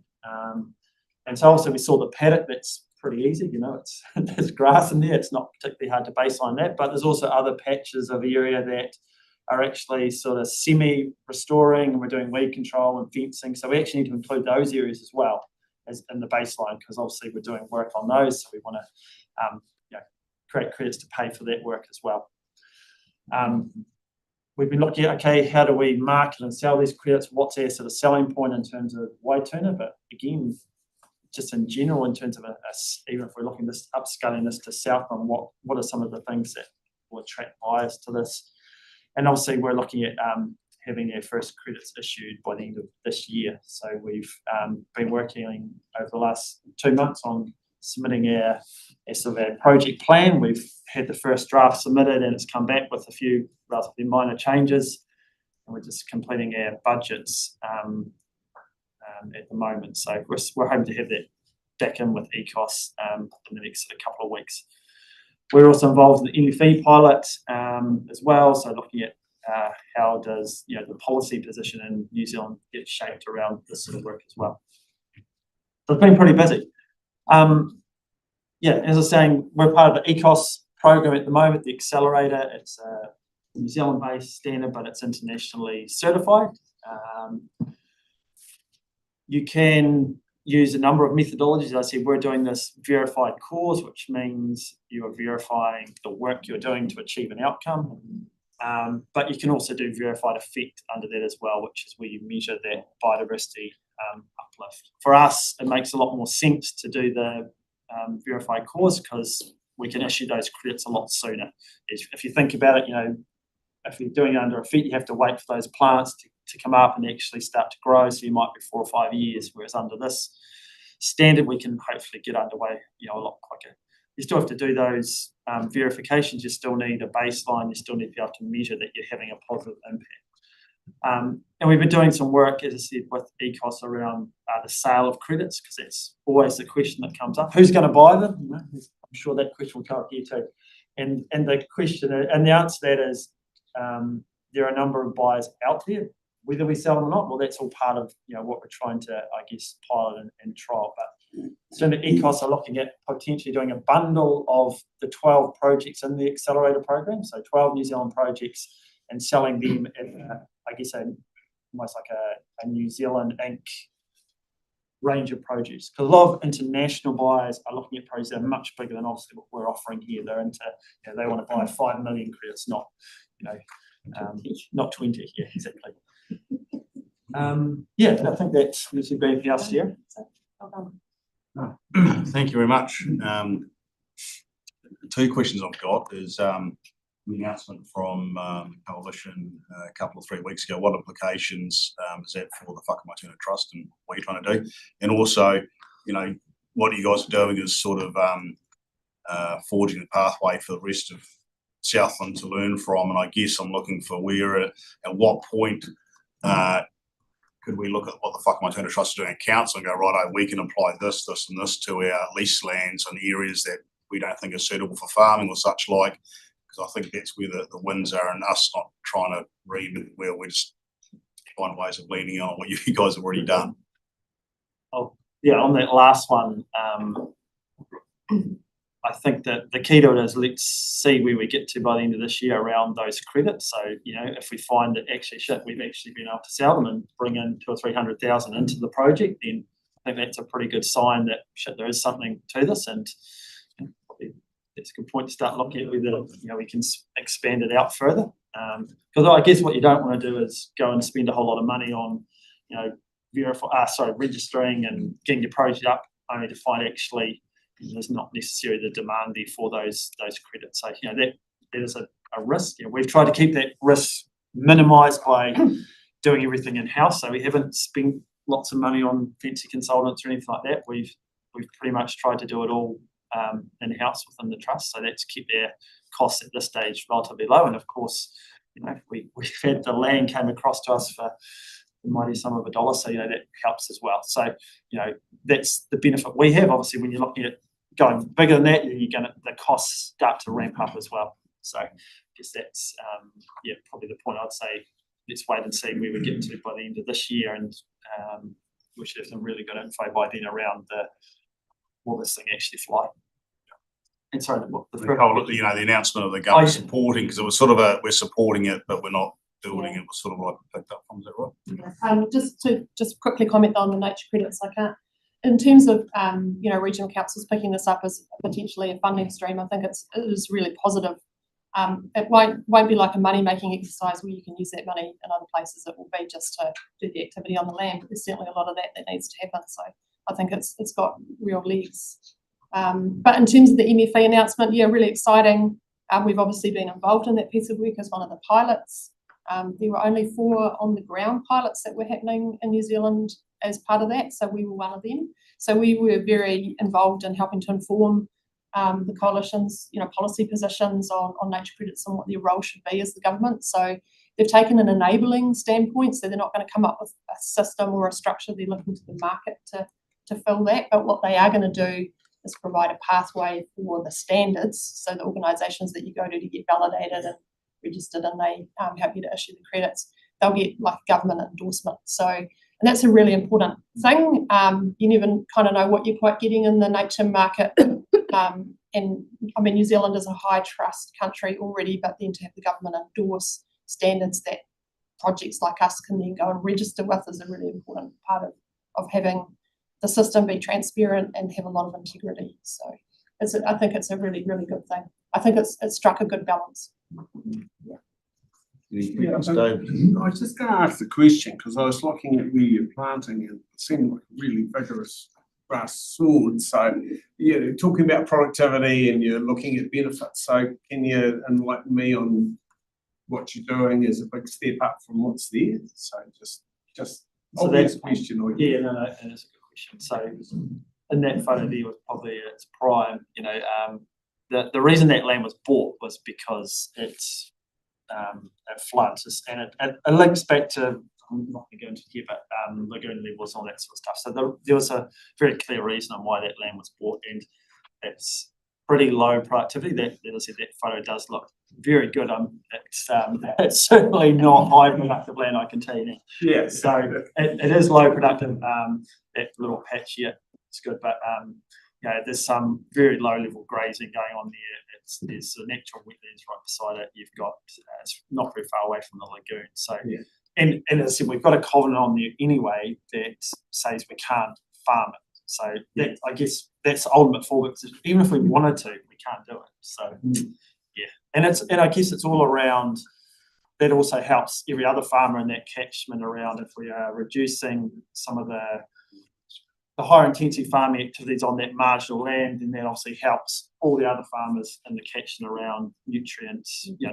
In terms of if we're looking at future limit setting and that sort of thing, if we're having less of an impact on those lower productive land, then it obviously helps other farmers in that catchment in terms of their nutrient losses as well, in terms of possibly not having to do as much. So that's the ultimate aim. Is it's not just a restoration project. The secondary benefit is we've got a whole lot of other farmers in the catchment that we hope will benefit from what we're doing as well. Thank you for the presentation. I'm really curious about the market that you're engaging with. Is it how mature and how big is this market currently? Do you have any idea of that? I'm assuming it's an international market. Yeah, internationally, it's I guess a growing market. In New Zealand, it's very minimal. Like you've really only had one major project, Mamatoltri. They've sold. I think they have sold a few kits bundled up with carbon. So that's one thing we're looking at. But internationally, there's a lot more demand. Some of those standards have been around quite a while, but as I said, the demand's really been around much bigger projects like, you're talking millions of hectares, Amazon rainforest sort of stuff. So, but speaking with ECOS and that, they have had some demand, but again, it's getting that scale to actually meet some of those bigger corporations that, they don't want to invest in 30 hectares. They want 30,000 hectares. Right. Our other market, sorry to interrupt, our other market potentially is keeping it local. So organisations that operate in Southland that are looking to, upscale their ESG reporting. We've had a few chats with some, and that's looking quite positive. So, yeah. And is there an ethical dimension to it at a later point, like not selling credits to Russian missile manufacturer, for example, or assuming that they want to offset their footprint? So it's not an offset as in the RMA terms of an offset. So essentially what happens is in order to say that you have to use that credit, you need to retire it. So basically you can sell it, but if you want to then advertise, right, we've actually contributed to that uplift, you need to actually retire that credit off the registry. And that's how you, I guess, claim the benefits from it.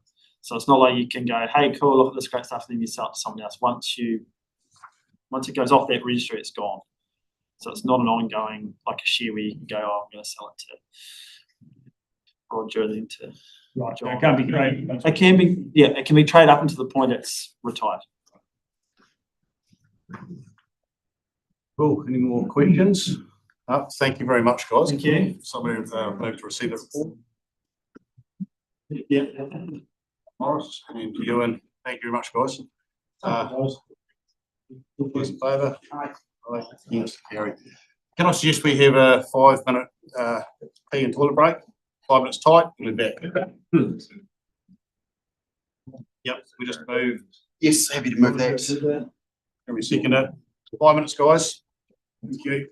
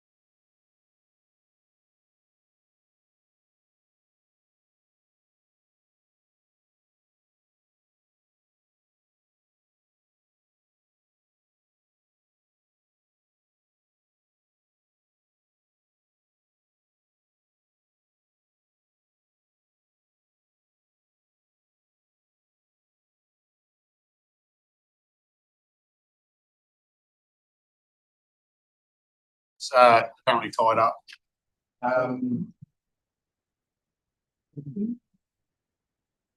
So look, we'll reopen the meeting. Thank you. We have the Resilient Infrastructure Fund program reporting by Karen and Michelle. I just want to, Karen, do you want to introduce yourself because this will be your first engagement here at the ICM.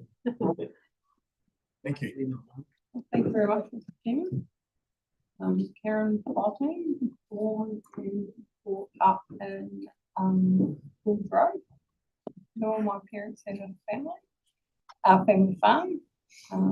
Eventually my father went commercial fishing, so in the call, my maiden name is Evans. So brought up in the mountains. But 20 years ago, my husband decided to move to the North Island of his job. So at which time I was already working here, so this is my second stint at Southland. So we left and went to Hamilton, and I worked for Waikato Regional Council for the last almost 20 years. So completed the shovel ready program in tranche 1 and beginning of tranche 2 projects with Waikato. So deeply involved in kanoa and business and funding agreements, etc. So it's not unusual, just Southland flavour is what I'm gaining at the moment. Back here, so this is week 4 for me. So back again, week 4. So enjoying it back here, back home, so to speak. Welcome back. We're looking forward to working with you. Thank you. Thank you. Thank you. Oh, yes, sorry, slides chance. Yeah, keep going.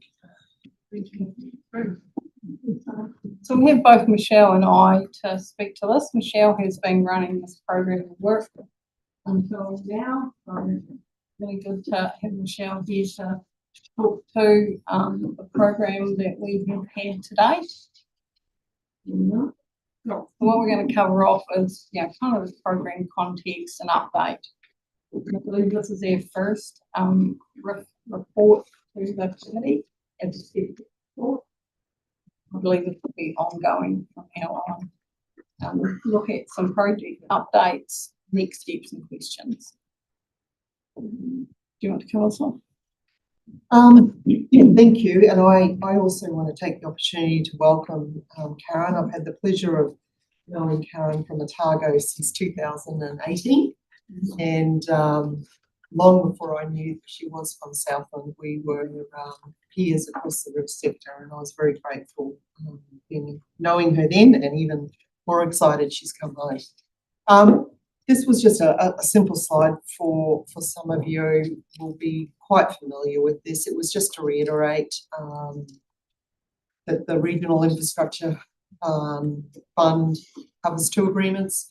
You've got tranche 1, which is your grant agreement, which is currently in progress. You've got your suspensory loan funding agreement, which was actually signed by Ministry through Kanoa on the 30th of April, which was fantastic timing, as we know. The Kanoa applications in the agreements are funded around quarterly milestones, and those milestones are driven by the applications from the projects going in and just developing a baseline that Kanoa can work with the council on what their cash flow and what the drawdowns look like. This is just a quick recap. You'll be very familiar with this slide, which is very nice from our comms team. Tranche 1 covers the 3 projects on the screen. As you're aware, Marine is complete. We currently have Tiano and Aridi, which is still ongoing. These projects are under the grant. We do, as Karen said, we've got a little more detail on these projects later. Tranche 1 Aridi projects rationale. Look, I've put this up just to reiterate it. We'll hopefully be becoming familiar with this, which was the basis of the applications and also business cases that were sort of prepared around this. We'll also be talking to this when we go out to our communities and discussing the options and the rationale around why the areas for tranche one were, and tranche two I've included here, were chosen, which largely go around commission making. And this also underpins the prioritisation exercise as well. We put up some financials. This is pretty high level, but we just wanted to show you where we're tracking, where we're going to sort of end up from a forecasted end of this financial year and a forecast at the end of the next financial year. Underpinning this is the forecast that we give to finance. And what it's showing is I've split out physical works, which is largely what gets capitalised, and the design consenting delivery are all the other things that deliver it, which includes staff time, consulting, design, engineering time, vehicles, all sorts of things, everything to get the project onto the ground.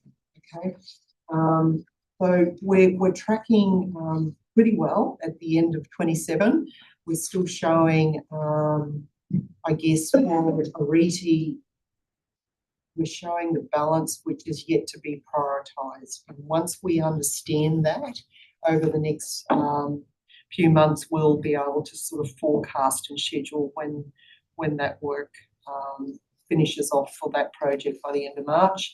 For Tiana, I do want to highlight, we had originally forecasted that we would be finishing that project in June. We've had the contractors being unable to get onto those work sites the last few months. Karen and I had a meeting with Kanoa last week. They're quite on board with us extending that timeline to December. It won't be a formal variation, but it will be just a noting to file because the grant agreement doesn't finish until March 29, so we've got plenty of time within that agreement.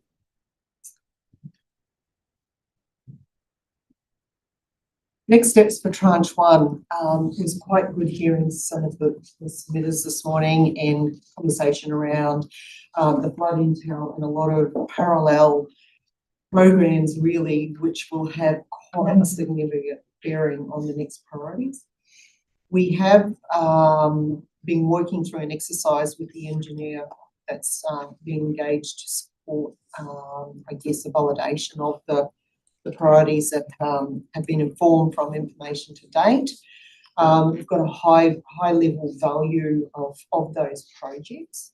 So what we're planning to do next is work through that internally with the teams, the integrated catchment management team, have a think about what that sequencing looks like in relation to the program. We'll have a look at how that sort of fits with our current assumptions around contingency and fuel and all the other factors that are sort of affecting infrastructural type programs. We'll then take that work to you and then the community and then landowners and set up a really robust process to capture all of this information and take that sporadic approach around what is tranche one, what is tranche two over the next few quarters. The focus has been to build a team to support Kanoa, and we're well on the way of doing that.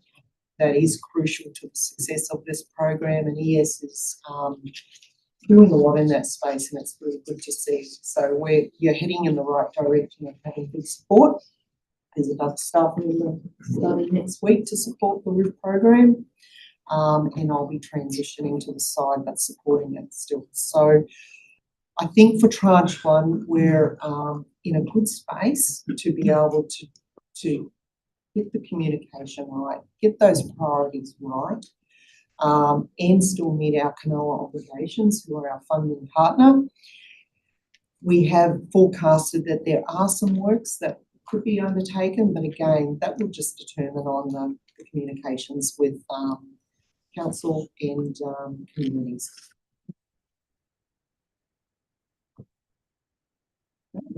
Okay, so that's tranche one. That's tranche one. So as we spoke earlier, tranche two, which was a application during the 2025 year and a recent signed agreement a month ago. Leaves us with 3 new projects, or if you're seeing the smaller carbon projects separated out. So we have a national project around telemetry, wherever managers reported. So nationally, there's a significant amount of new telemetry going in across the country. We've got $500,000 in our Catchment to support that. The paper today is about we've pretty much finalised a list of locations for those items. So that's already kicked off with some materials being purchased. We have the Ariti, so phase 2 of our Ariti catchment project, and incorporated in that from the ministry's perspective was the Otapuni work in the carbon area. 6.85 million in total. But our large, significant piece of work is around the Matara Flood Resilience Project. We've kicked off that project with the channel widening work that we are aware of and for at the moment. And tell you that we are 60% through that contract at the moment. So almost 10,000 cubic metres of material moved already, leaving us with about 13,000 to 14,000 to go. So that is good. It's been good progress to date. What I do want to remind the committee of is that the Matara project in particular has a major stage for the next year, which is around technical validation. What that means is working with the previous couple of reports we've presented around the modelling. It's a significant part of how we will understand how we prioritise what needs to be done in the current area. So that will take some time, some deep thinking about what it means before we step into procuring designs, etc. And communication on how we do that will be part of the requirements to understand who are our affected parties. Moving to the next slide. Talking about that Matara project, there are a number of significant things that we have to understand.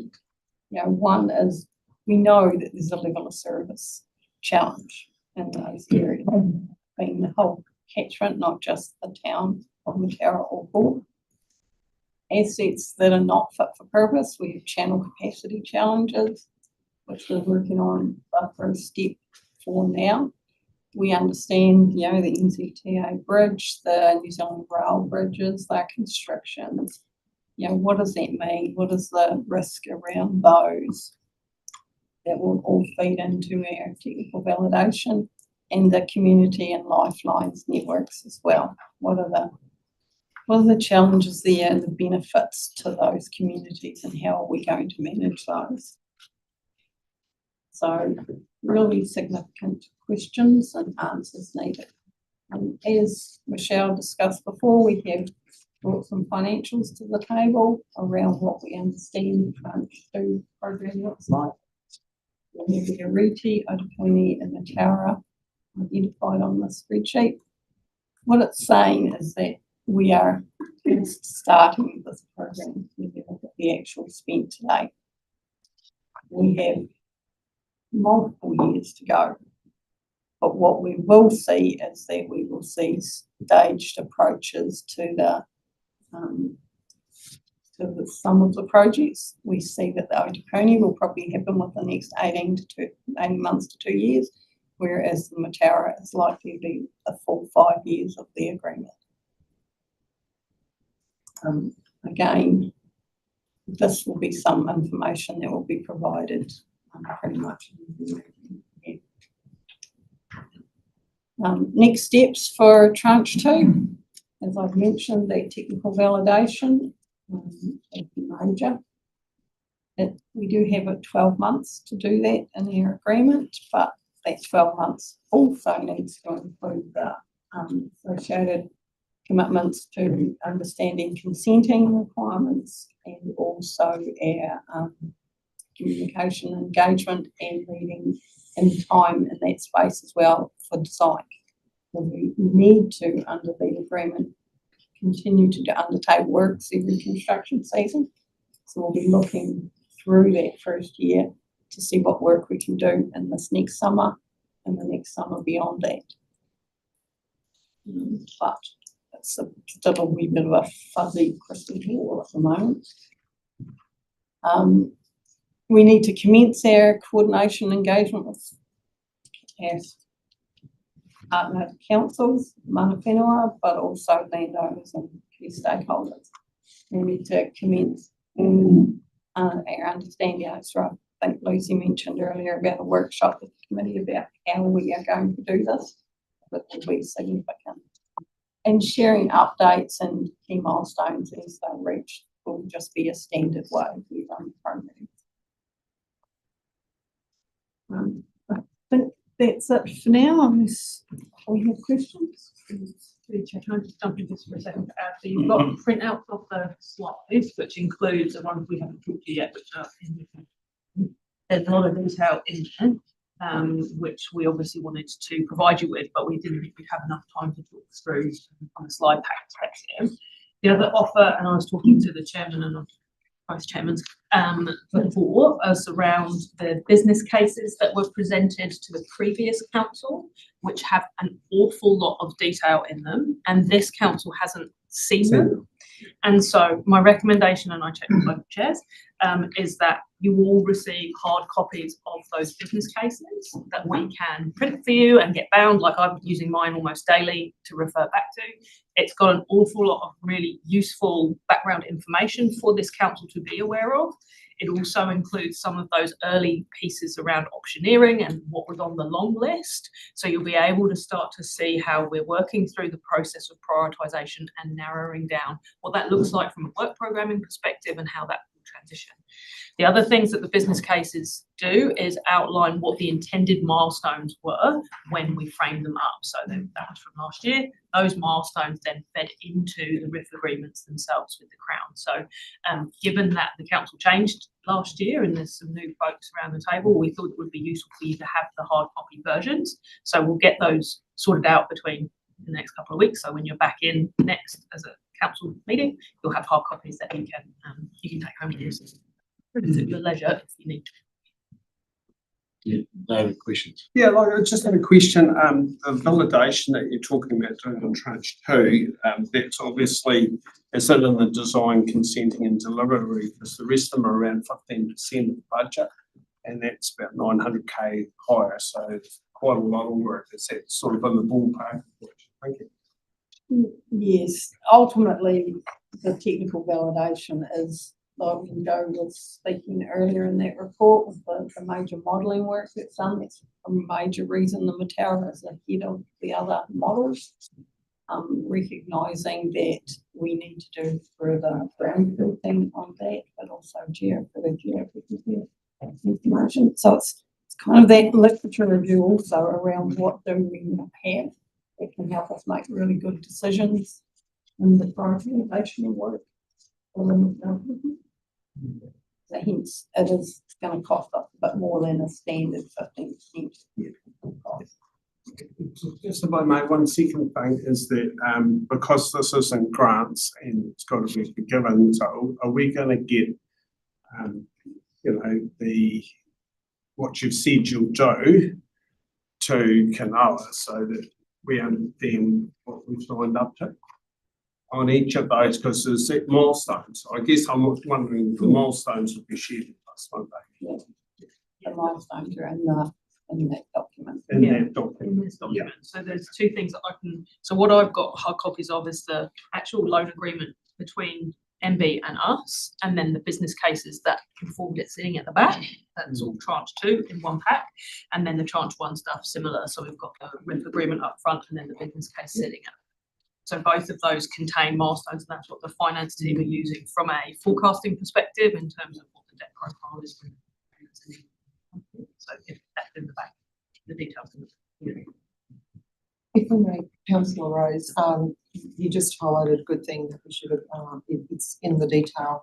For the Mataura particularly, it is broken into those 3 stages. So when we finish the technical validation, that expenditure will be eligible to be forgiven and we won't carry that forward. So if you look in the actual Canara agreement, it says the things that we've got to produce by the end of the technical validation, which is master plan, blueprint, forward discussions with Kiwi Rail, etc. So we have the opportunity to claim forgiveness and move on to the next phase. That was a good negotiation from the Mataura, being the scale of spending these, bring that forward. So thank you, Phil. Yeah, no, I get the pressure. I would reframe it as understanding what we have to do to stuff it up.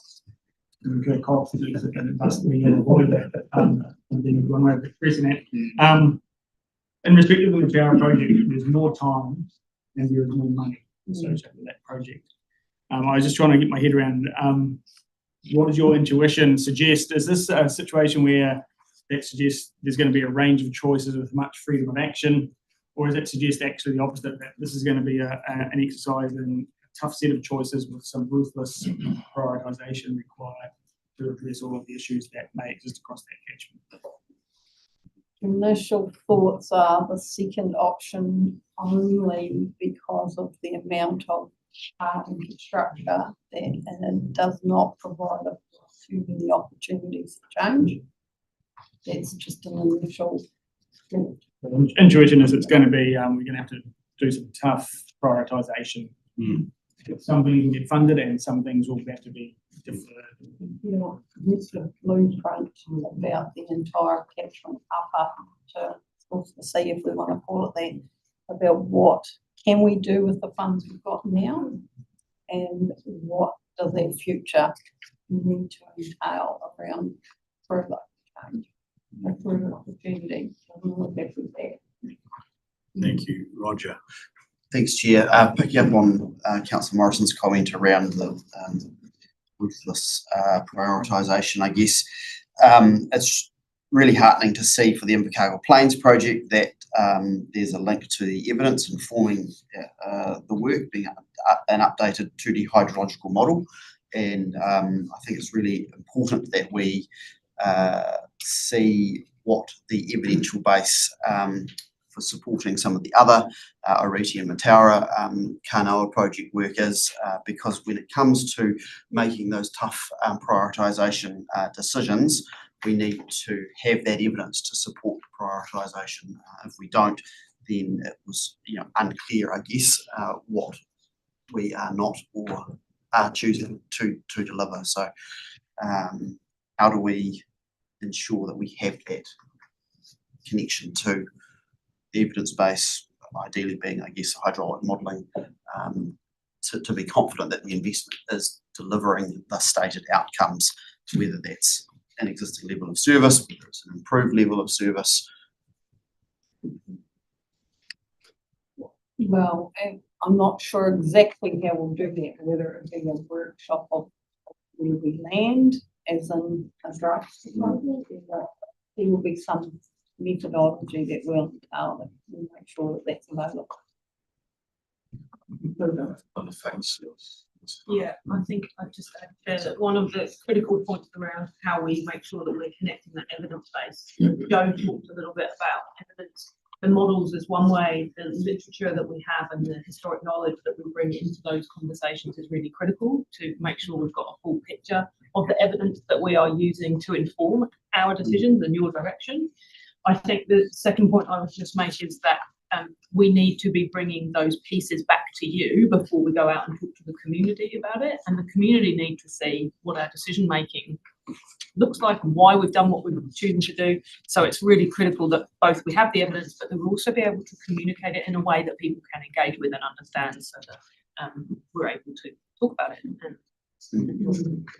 So it's a big undertaking. We've got an awful lot of information, like you've seen this morning. Joe's work program is providing, and others too. So The blueprint is a unique opportunity nationwide that the government is investing in this way, so that we can take that whole of mountain to sea view. So there will be opportunities for layering up our land use change, land use change discussions up in the high parts of the catchment, as well as what do we want to do to change the flow, slow the flow further through the catchment. So we really do need to take that whole of the catchment view.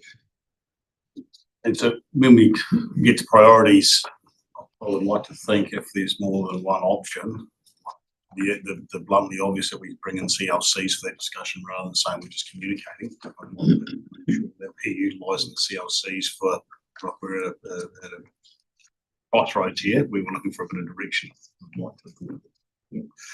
Cool. Any more questions? Move that forward. Eric, was favour? Aye. Very good. Thank you very much.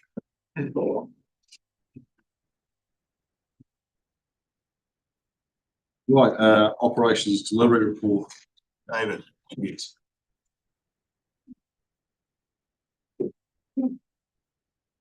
Thank you, Mr. Chairman. I'll principally take it as read and answer any questions that I can. I'm sorry, my biosecurity staff had to go off to a spatial planning workshop. They were here earlier in the day, hoping that we get through. I do have Paul here to answer any tricky questions. A couple of things though are happening. Obviously biosecurity, we're doing around the animals quite a lot of work. We've also just recently attended a workshop on foot and mouth. They've been run up and down the country, 9 of them. And so we don't have any foot and mouth, thank goodness. But basically it's just part of that world preparation that we need to do. We are involved reasonably in the wallaby strategy, which again, we don't have wallabies, but they're knocking on our door on the back end of Cromwell at the moment. So we're just making sure that we're up and above.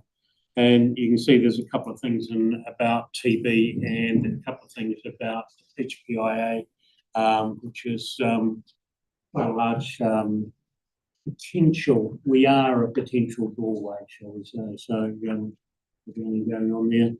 Unfortunately, we've had within the group a couple of resignations, but we are working, one in biosecurity, one in drainage, one in catchment. So we are working to fill those as quickly as we can. The Check, Clean, Dry partnership with Fish and Game, we had to put in a report. Actually, I think it's due by the end of this month. We did put it in a month ago, and that's been accepted. And so we've signed off all our obligations to that program, which is about making sure that people aren't carrying, et cetera, on their things. We've made some progress on the bluff fallout. Fortunately, I forgot to put it in this paper, Mr. Chairman, but work's progressing on that. And so we are working our way through partners. Quite a number of bylaw applications coming in for both gravel and for people doing that. We are rolling out the information on the new bylaw to all properties that are affected by that. So that's going.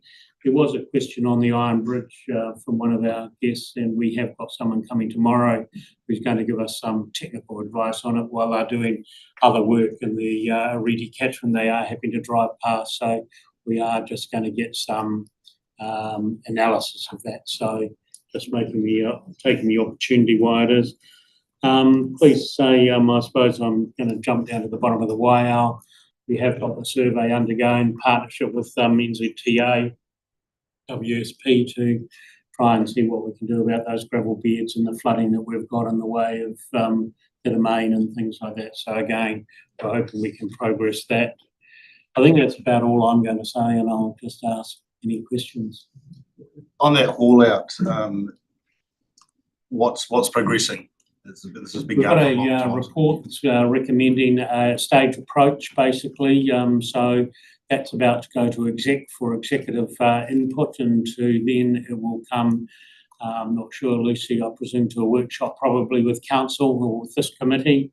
And where it is, it's we do believe it needs to reasonably or go reasonably quickly because we have got a bit of a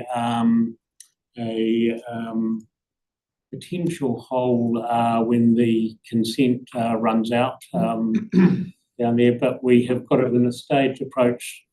Fiordland Marine Guardians are also very interested in as a partner, and obviously with a couple of the announcements made over the agriculture, that's actually pushing that. So it's bringing all those streams together. I believe it's a pretty good report. It's turned out pretty well.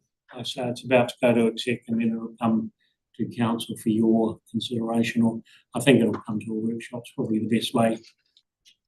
Thank you. No, just regarding the PCAs, the reporting of the new PCA, Eastern Bush. It'd be good to get some more in-depth reporting on what we're doing at the moment currently, because as always, we seem to notice the dead possums on the road, and driving from Te Anau to Tuatara the other day, I was amazed at how good a condition the hawks were in. Dead possums on the road, and they were very stubborn and not wanting to move. Dead possums. It would be good to get a really in-depth dive into that PCA.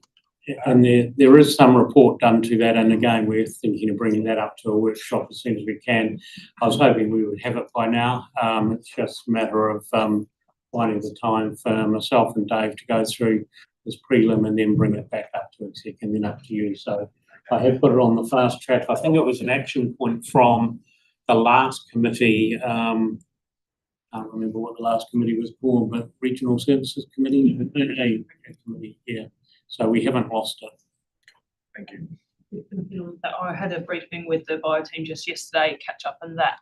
The establishment one of the that you mentioned, the Eastern Bush one, has got a residual catch number down to 0.8. So the team were really pleased that it was in that first phase, at least, that they've got those numbers down really, really low. I also mentioned, and it's in the report there around, we report twice on the biosecurity work program, so you get a separate report that comes through to the regulatory committee. But what we're hoping is, and to David's point, we need to draw those two things together so you have a workshop, figure out what needs to be reported to and where. So thank you. It's just the highlight of my drive was more like an obstacle course than a state highway road, and you can see it at certain times of the year, especially down through that place. We've got Jeff, Dave, and Thanks, Mr. Chairman. Look, Dave, I'm just wondering about the PCA's areas. Will your team still using rhodophyllum as the main poison for those areas? And why I ask that is that in our area with our PCA, we've got everyone off that particular type of poison now, simply for the fact that any deer that have been shot for either human or animal food can't be utilised for 3 years after the last of that poison has been used. So, and I'd just like to find out whether landowners in other areas are being made aware of that, because it certainly inhibits the harvesting of deer and keeping them under control if you can use the helicopter and get paid for those animals. So, yeah, I just... And I'm sorry, I can't answer that, but I can get you an answer. I'll send out an email quickly once I get back some feedback from Dave. Thanks. Yeah, thanks, Dave. Just wondering about the storm damaged trees thing. Is blowing just about every budget, and just about what options liaison committees are going to have to maybe use that disaster reserve if they want to avoid interest incurring on their accounts. It certainly has blown most budgets, and some of them will be able to manage through the carry forward budgets, but others we will have to bring up to exec. That'll have to come to you because the council, well, not actually, we'll have to go to council. Council's the only person or only authority that can justify, but we do believe that it's too big a bill to actually take out of your carry forward budget. So it will need to get some additional relief from somewhere. Unfortunately, there's still some work that's going on in various things. We saw a little bit on our REITI, so I am hoping that we will get a definite figure in there. Not sure, Paul, when you're able to say we'd be 99%, 95% sure. You were mostly finished in that group, but still work going on. Probably the June by time It's something we should notify. Yeah, just to clarify that, so that's, will be, like we've asked for that information and you're working through it. Just so expectation is there's reserves and disaster reserves. We take it out of the disaster reserves. That would be the logical place. And bring it, put it back into those budgets as well. That was the sort of, yeah. And through you, Chair, we put all of the AGMs that we've been to thus far, that's been what we've been outlining, but we didn't have a firm figure on what totals were per catchment at that stage, but that the council would be considering how to make use of disaster reserves and back to the CLCs when we have the numbers. Even if we're doing the annual plan and that, we expect this to come, well, probably be in the budget, but we expect it to come to the table at some stage. So we can talk about it anyway. Quite often what you do, my understanding is the practice that all your journals happen at the end of the year, and so that would be part of that recommended journal activity.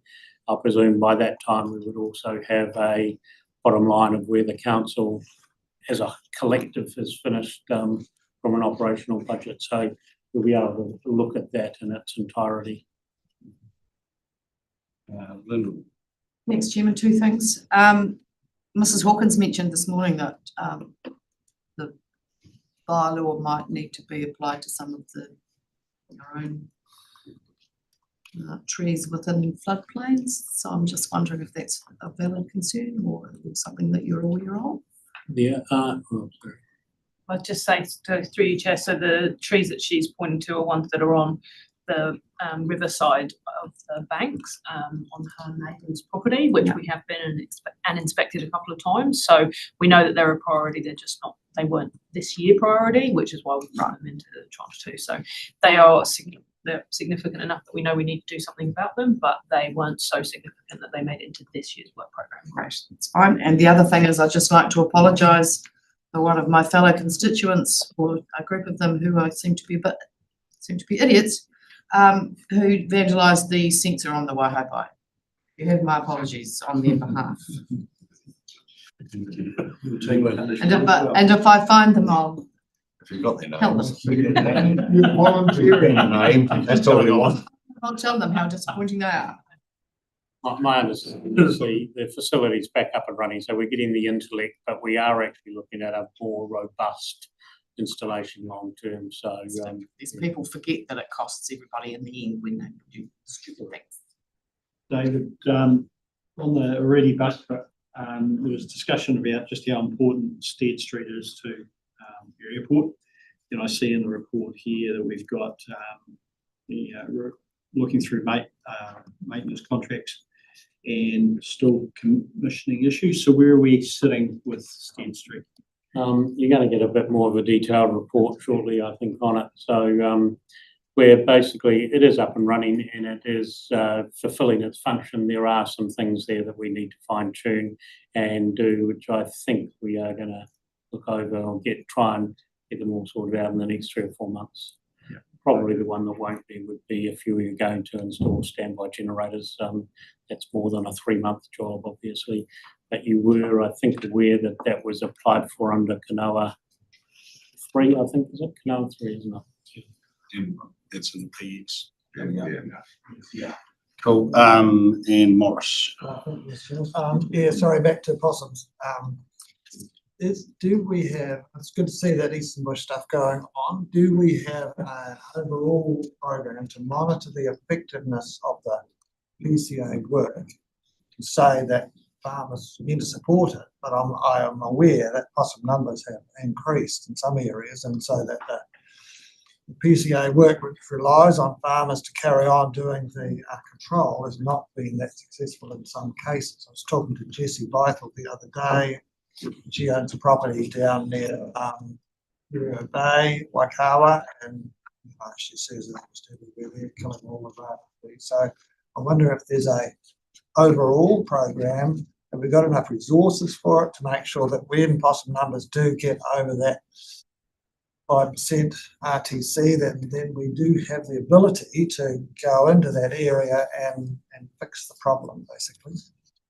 My understanding, we've got a very good monitoring program, so we can monitor the performance of those areas, and that's based on that data is one of the reasons I think when we do talk possums in a bigger workshop, Dave will be suggesting we expand out some of those success stories out there, and certainly we try and make that available.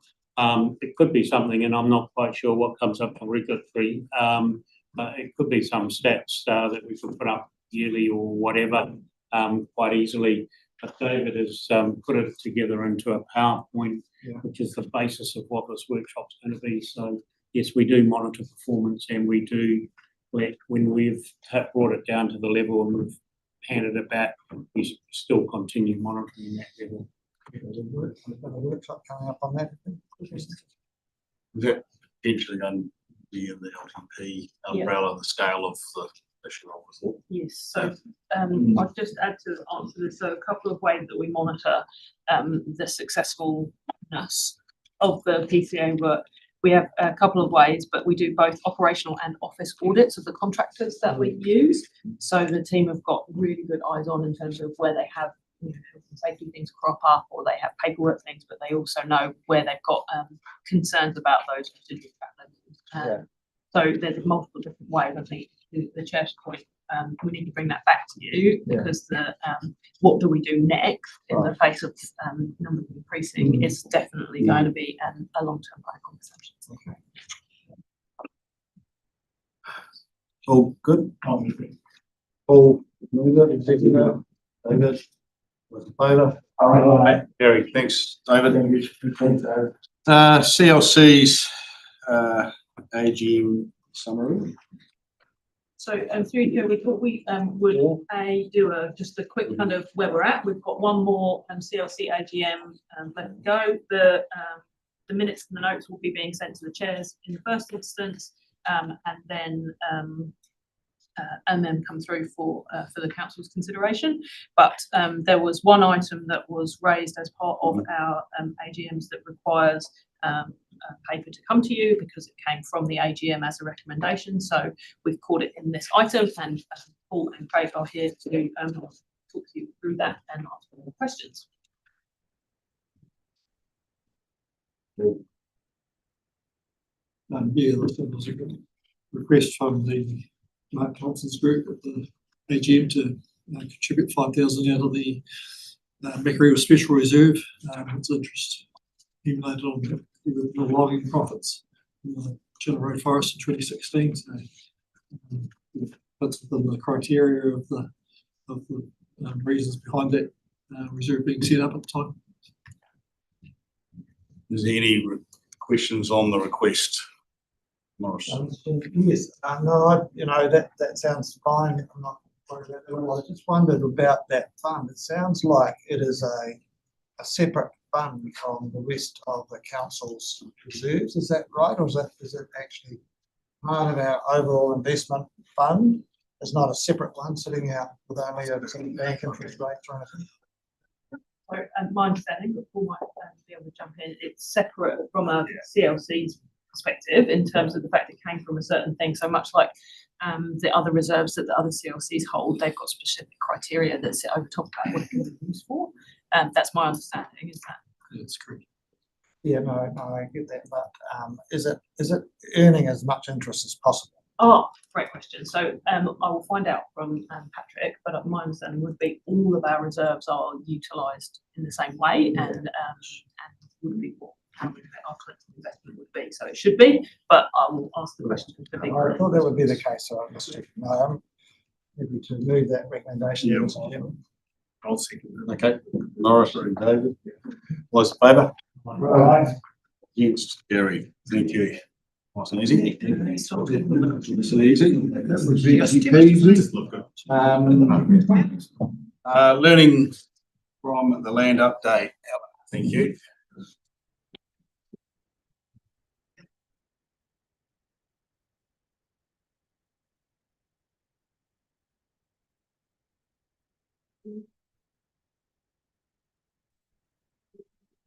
So I'm tabling a draft for the information that will go up on the Environment South website about this program. We've explained about some information internally to make sure internal staff are better aware about the work that's being done here.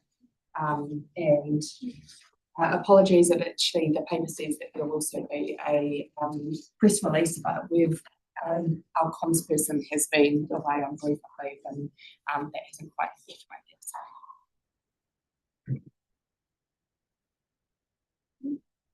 So thank you all. This is the first official update of the Learning from the Land program at the ICM committee and facilitated by the Regional Strategic Programs team.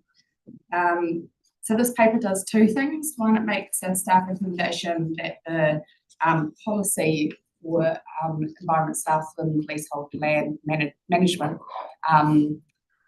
policy be updated or be put up for review, as required by the policy, which was appended to the paper. The second part is to provide an update on the program and where we're at and how we will inform the update of that policy from the learnings from this piece of work.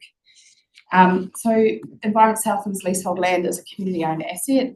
There are multiple parts of the organisation who play a part in the management of this land.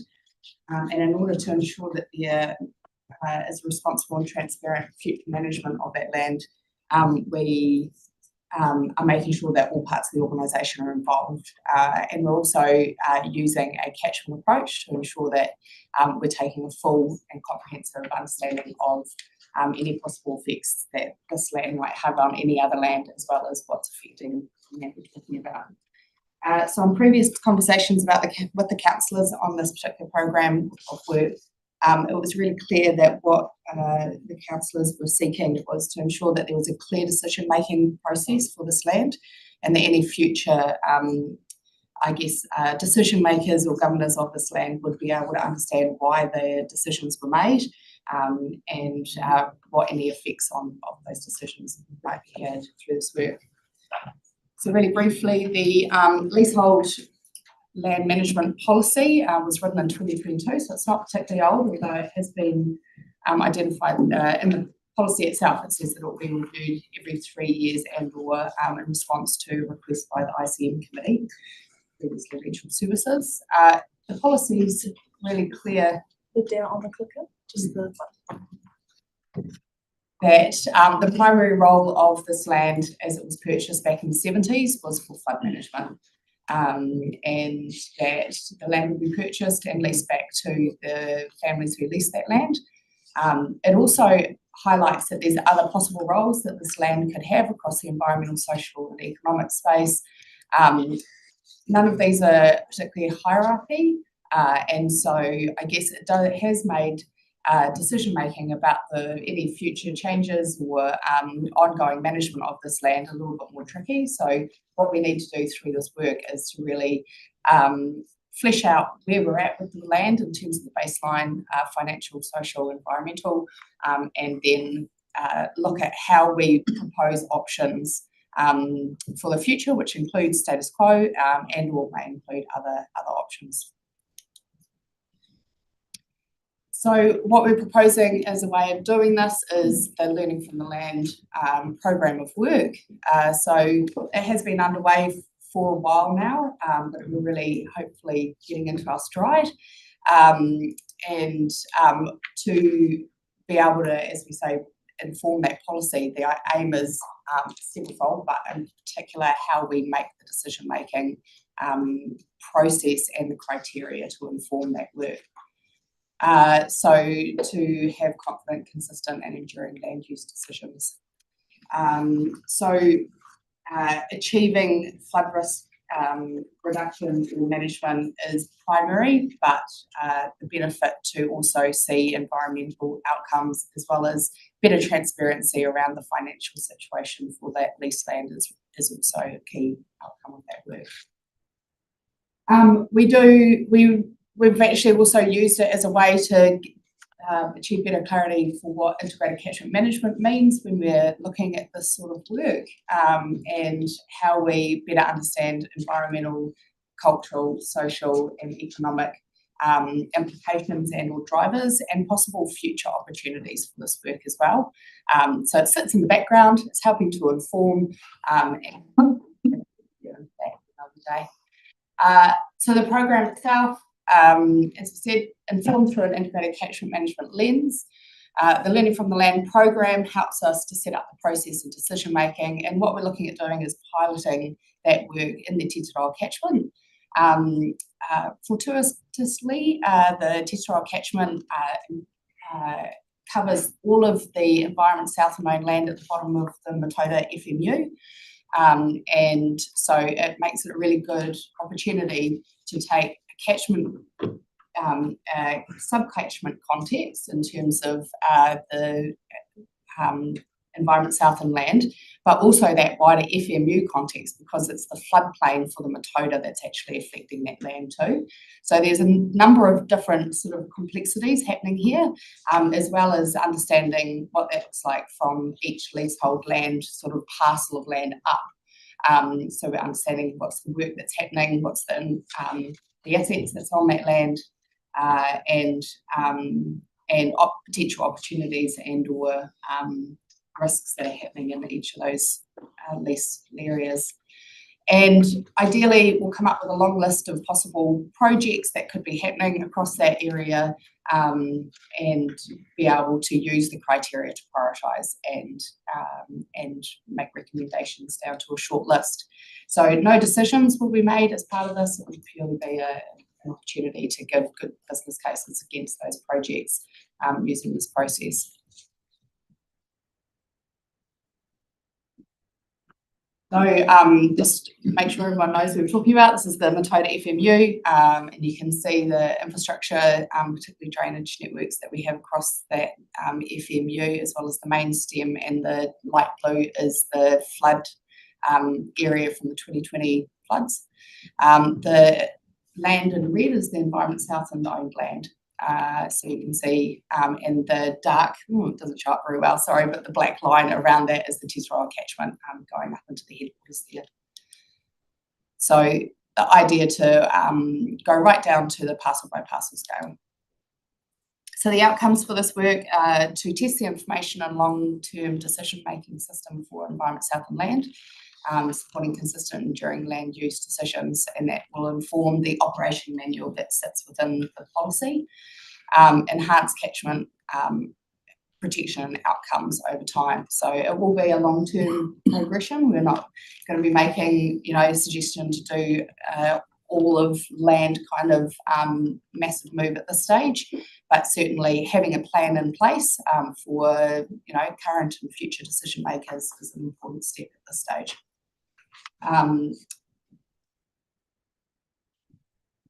Also to inform decision making about our own assets within management.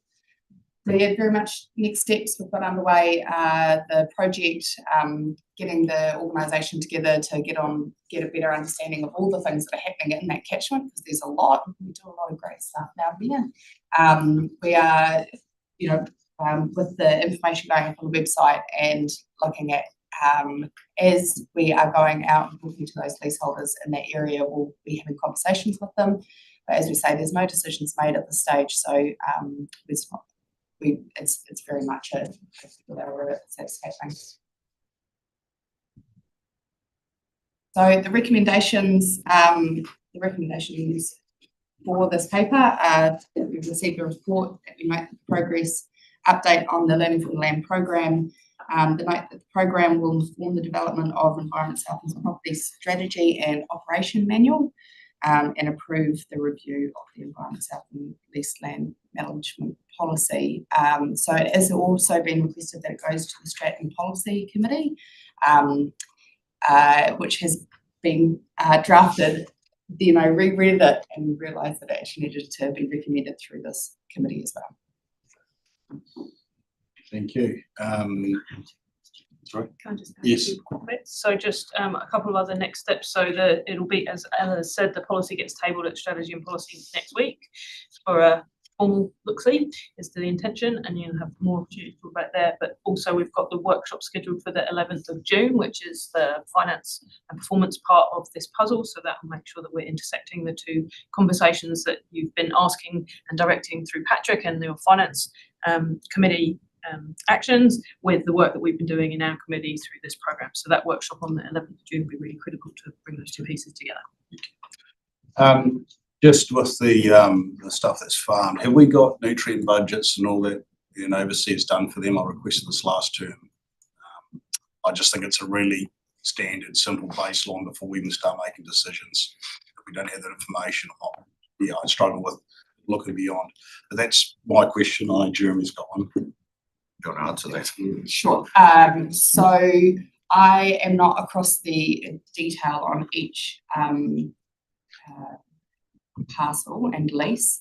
The work that was done certainly back in 2019, there was a farm plans done for the leased land. There are new farm plans being done on the freshwater farm plan project team, are also carrying out that work. When they need consent, they'll have nutrient budgets, but it's not widespread, no. Yeah, because until we know the nutrient loading of our land, just one works through what we're trying to. I'm not saying we don't need to. I'm just trying to. That'll drive the outcomes. Yes. Certainly, one of the aspects. When I just see concerning leaseholders, they haven't contacted them yet. In the workshop, I said, get them in the room and say because this is a public meeting, we're doing things with lease land. And I've always said, make sure we haven't got much information, but say they need to know that we're looking and doing stuff. Not too many down at the area, and I'm always concerned that we work way here and then we forget. That concerns me, just really does, especially when we've said, talk to them, keep them informed, doing that. So at least there has been engagement. Yeah, we can take that as an action for today, to make sure that we're pushing out proactively the messaging that you've seen today and what's going to go up on the website as a start of the conversation to be, there'll be more. We want you in. You're indicating media releases and things like that, and you're forgetting about the people that are on the land, that have been there for last 40 years. The other thing is the operations manual. Have we ever? That was been done 40 years ago, and that would be showing a lot of the information that was going to be about even looking after what we're going to do, the houses look after, how the land's to be looked after, all these things. So it's sadly disappointing for us, the ones that spent a huge amount of time even getting this policy in place, because there was no policy there anyway. So we just got to do the stuff we're saying we've done. And that would be guiding us a bit more to so anyway, gripes, not gripes. That's not the right word.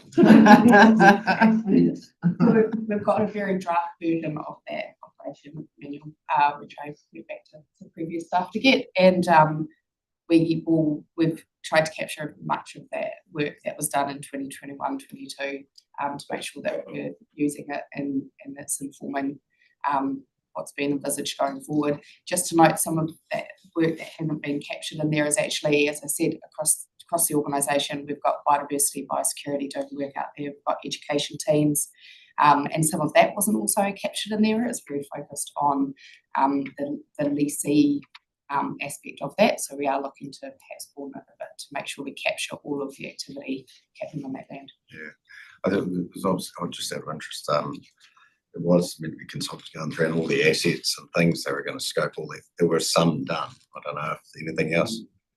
I mean, it's not a hard job. We found some of the reports that are associated with the likes of the houses that I own, Environment South End, and the maintenance programs that will be required over the next 30 years. Some of that will be very important when making decisions around the future investments of this land. Because it also goes into the financial. When we're looking at FMP, we've got spending. I think we're over 33% of our income. We're only making 20-25%. So there's something seriously gone wrong with what that land's meant to be doing and how we're sort of spending the income on itself. But anyway, we'll deal with that in your committee. or investment committee. Thanks. Ella, you're wanting to redo the lease lend guidelines. Do you have any particular reason for the project? And then secondly, a bit like what Jeremy's saying, liaison committees have to be involved in that and should be notified at an early stage and of any changes to have some feedback at the appropriate time. Thank you. On the Catchment liaison committee, that was one of the things that held up the process in the last one, so I was aware that they need to be involved in the review. In terms of the operation manual, the reason for it is that the policy said that would be how the policy would see out on the ground action and decision making. So that's why that work's been done. The reason for the project is that apparently there's not another example of clear decision making processes and criteria that we could lean into. And so we're creating something, and we would like to be sure that by testing it first, we can show you the outcome and the value of it. That's the purpose for the project. I guess the lease lend review is just because it needs review, though. You didn't have any particular thing you were wanting to put into it, changes. I'd say going back to just what the chair was highlighting was that there are concerns around how we're spending and what we're spending on, and so the opportunity to make that transparent and go back to actually the fundamental decision making criteria will help. That's the reason, that's the problem essentially that we're trying to fix. Yeah, Ella, thank you, and really good explanation for why. And just to, was your intent to make sure there is a publicly available kind of record of what happened, what has happened, how we get through these decisions that will potentially emerge? And the reason I say that is because the learning from the land, and previously we kind of used the term leading on our land, noting that there's going to be potential for significant land use changes and choices across the rest of the region, providing a trail that others can follow if they wanted to use a similar methodology for complex land use decisions. So was your intent to make sure there was a publicly available record or report? Or certainly, hadn't considered whether or not the operation manual itself would be public, but the work that's gone into the integrated catchment management sort of approach and the, I guess, catchment planning will, again, actually part of this pilot is that it will help to inform future work that we do at a catchment scale, such as the Matoda blueprint, which you discussed earlier. So certainly, for those that are interested in delving into the detail, I hope that we do provide that, because I think it would be helpful to help people trust in the process and therefore the decision and the outcomes, and then also making it much more, I guess, digestible and approachable by people who don't want the full detail. So much as we've done for the mini slow the flow work, we'd like to do sort of an insights report and a more detailed report. Yeah, I was imagining something like an SIT, environmental student, or a farm consultant might be able to pick up and say, actually, here's a useful resource, we could adapt or utilise this process to step through land use choices elsewhere on the region.